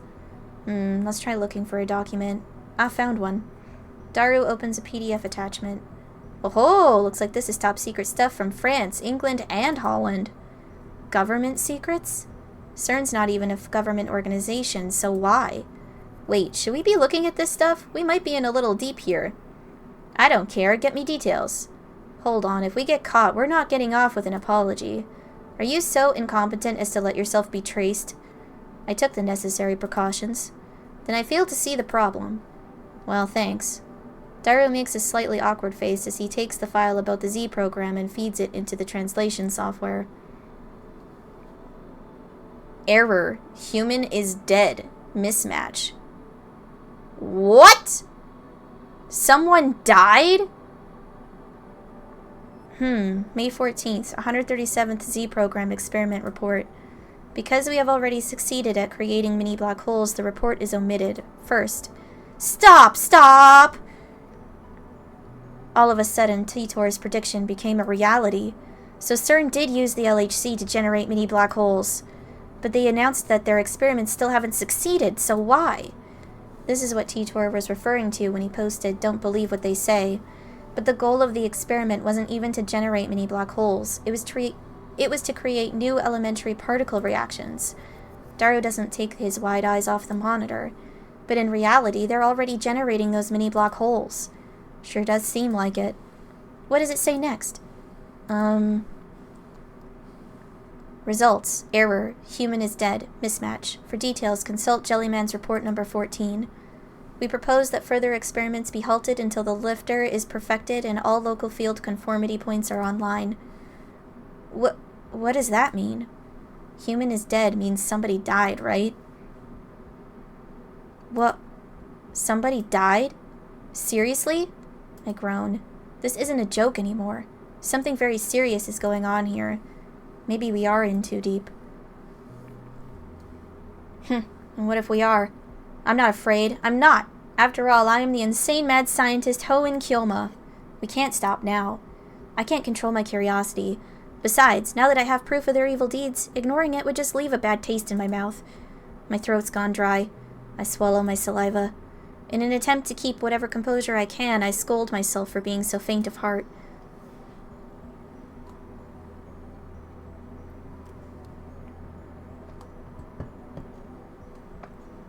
What is this Jellyman's report? Daru starts typing once I ask my question, but he soon clicks his tongue. I can't find it in Jack's email. We'll need an account with more privileges. Then we'll save that for next time. Search for something related to time machines. You know we're not going to find anything, right? After that, Daru spends about 15 minutes fishing through the Accelerator Division Chief's email, but he doesn't find anything about time machines. Words like Accelerator, Technical Committee, and LHC Project Lead came up, so I guess we should look for an ID from there. Maybe then we can get more information. You can't look it up with the ID you have? Daru shakes his head. Well, I guess let's call it a day. By the way, what we just saw was CERN's biggest server, but I also found a strange database on the network. Strange how? It was buggy. Buggy? I mean, it was full of some kind of code. But the code was gibberish, utterly impossible to decode, thank you very much. Could it be encrypted?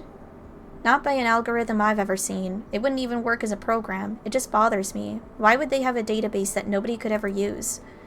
That is strange. I'll see what I can find out. I wonder if that has anything to do with that language from that one computer, the 5100. Because if it's not encrypted and it's a different type of computer language than what Daru is already familiar with, considering he's a hacker, that would line up, wouldn't it? Honestly, don't answer, because I don't want spoilers. I know nothing about anything when it comes to this game. But that's kind of my theory at the current moment. The John Titor stuff is also weird, though. Like, how is it that... Unless the world lines changed.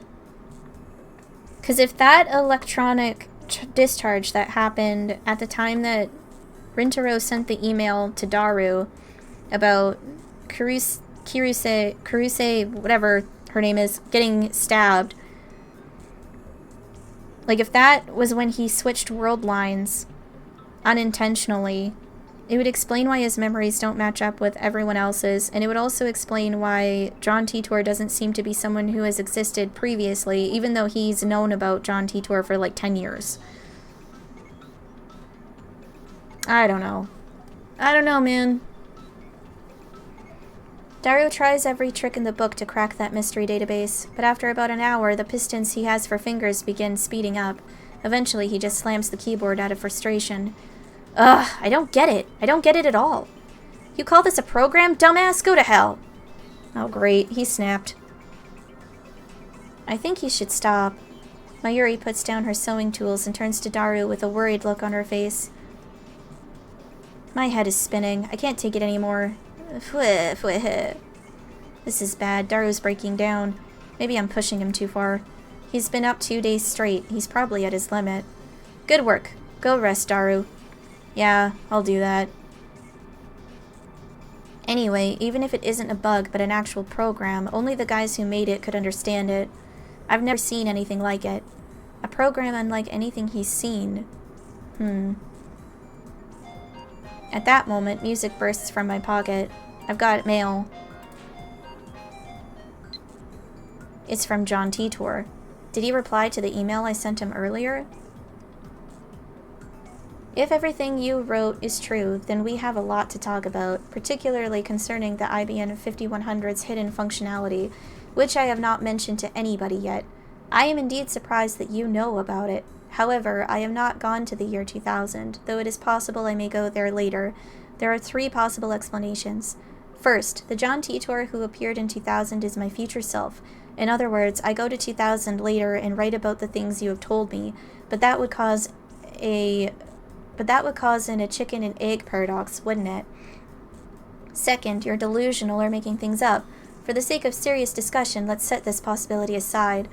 Third, you may have seen something I wrote on a different world line that would mean that 10 years ago you existed on a different world line than the one you're on now. However, that raises another issue. When the world line changes, the entire timeline is reconstructed from past to future in order to prevent a paradox from occurring. That was proven in 2036. In other words, it should be impossible for you to retain memories of a previous world line, unless you too are a time traveler, that is. Do you have any idea what the cause could be? I gulp. A flash runs through my head like an electric shock. There's quite a bit of text, but what catches my eye are the first several lines. Hehehe, of course, everything is falling into place. What you talking about? Mayuri looks at me curiously, but I don't have time to answer her. I'm frantically assembling the pieces in my mind. John Titor, CERN, the time machine. These things are all connected. And now I have another piece of the puzzle. I shiver at my own brilliance. Daru, I think I know how we can read that program. Seriously? How? I aim my phone's camera at the screen displaying the supposedly bugged data and take a picture. I attach it to a message. Does this code look familiar? And send it to Titor. A mysterious database inside CERN. A program unlike anything Super Haka Daru has ever seen. Its true form is... If my hunch is correct, John Titor should know. What? There's no way. Say what you like. We'll know soon enough. We wait for Titor's reply. Though it's only been a few minutes, it feels like an eternity to me. It's here! That's written in a proprietary IBM programming language used prior to 1975. You can only decipher it with an IBM 5100. I knew it! I was right. I quickly opened the mail, and its contents are enough to raise goosebumps on my entire body. Just as I suspected. Huh? I was right, Daru. I know where that data comes from. An IBM 5100.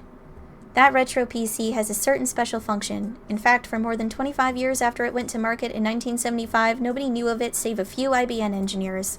That function was first brought to light by the John Titor who appeared in 2000. A while after Titor posted about it, an actual IBM engineer admitted to the hidden function's existence. Which reminds me, I talked to Suzuha about this only yesterday.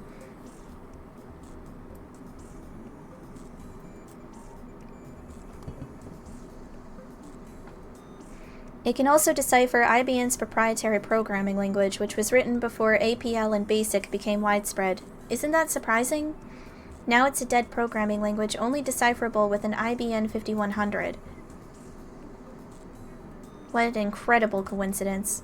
A prime example of synchronicity at work. It's almost like an almighty will is pulling the strings. No, I say, this discovery of ours was inevitable from the start, for this is the choice of Steins Gate. Wait, so CERN has an IBM 5100 database? Those machines aren't compatible with any modern software. Why would they do something like that? Answer me this. What is the best way to secure a machine against external cracking? Well, make it standalone, of course. I'm gonna look and see what that means. Cracking. In computer terminology, actions including illegal access to networked systems and data tampering, often confused with hacking, but hacking originally means the constructive study of software. Cracking, on the other hand, is a malicious act. Standalone. A computer that is not connected to any other computer or network. Okay. Daru quickly catches on to the intent of my question. If only IBM 1500s can read it, then I guess that's kind of standalone. Which means that CERN's keeping their most important secrets hidden there. How do you know about that hidden function anyway? It is recorded in my brain's extensive Index Librorum Prohibitorum. Titor said it himself 10 years ago, but Daru wouldn't believe me even if I told him the truth. Very original. I ignore Daru's retort. Mayuri, we have important matters to discuss. Assemble! I can hear you fine from here. Mayuri's sewing. She doesn't get off the sofa. It doesn't matter whether you can hear or not. This meeting concerns the fate of the future gadget laboratory. Nay, the fate of mankind. So I want it to feel more secretive, like we're scheming or something. It's important that we stare closely at the monitor and exchange dramatic lines. The atmosphere right now is too light. It's all Mayuri's fault. Mayushi won't participate in your evil schemes. Well, I can't have everything my way. Listen, you two. Henceforth, the future gadget laboratory shall begin emergency top-secret operations. This shall be the first stage in our war against the dark powers that manipulate the world from the shadows. Our enemy is CERN, a scientific institute engaged in the most evil research imaginable. Ocarin, you're too loud, and I've been up all night. Crap, I guess I am being too loud. That kind of ruins the whole secret feeling. And the window's open too. If Suzuha is down below, I'm sure she can hear everything. So I turn it down a notch. Understand? The world has no need for two mad scientists. Before they can get ahead of us, we must outwit them. Who are they? You know, them. Mayushi doesn't get it at all. Basically, we must obtain the Phantom Retro PC, the IBM 5100 said to be located somewhere in Akiba. I make a magnificent declaration, but Daru just rubs his eyes and Mayuri returns to her needlework. Damn it, is there anything you guys react to? We've uncovered a massive conspiracy here. How come you aren't excited? I'll pass on the search. I'm seriously tired. Besides, I want to keep combing CERN's server. That's true. Well, you're the only one who can do that, Daru, so I'll leave it to you. So the IBN 5100 investigation squad shall consist of Mayuri and me. I can't. Mayuri makes an apologetic face. I have to make costumes, and I have work too. So basically you two are telling me this. I'm the only one with free time. Fine, I'll manage alone somehow. It's useless to try and stop me, understood? Are you going to do something bad again? Nah, he's all talk. I leave my useless comrades behind and stride gallantly out of the lab.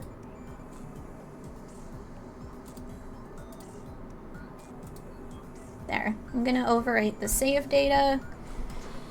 And that's pretty much where I'm gonna call it, because I'm getting hungry.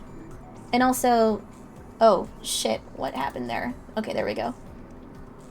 And also, I've got, like, stuff to do later besides eat. Like, I should probably get some editing done, because I'm still behind on that. But it's okay. I'm getting through it. I have... By February, I should have my long-form videos out again. Alright. I hope you've enjoyed your time with me, and that we'll see you again soon. Okay. Bye for now. Have a good day or night, depending on where it is where you are.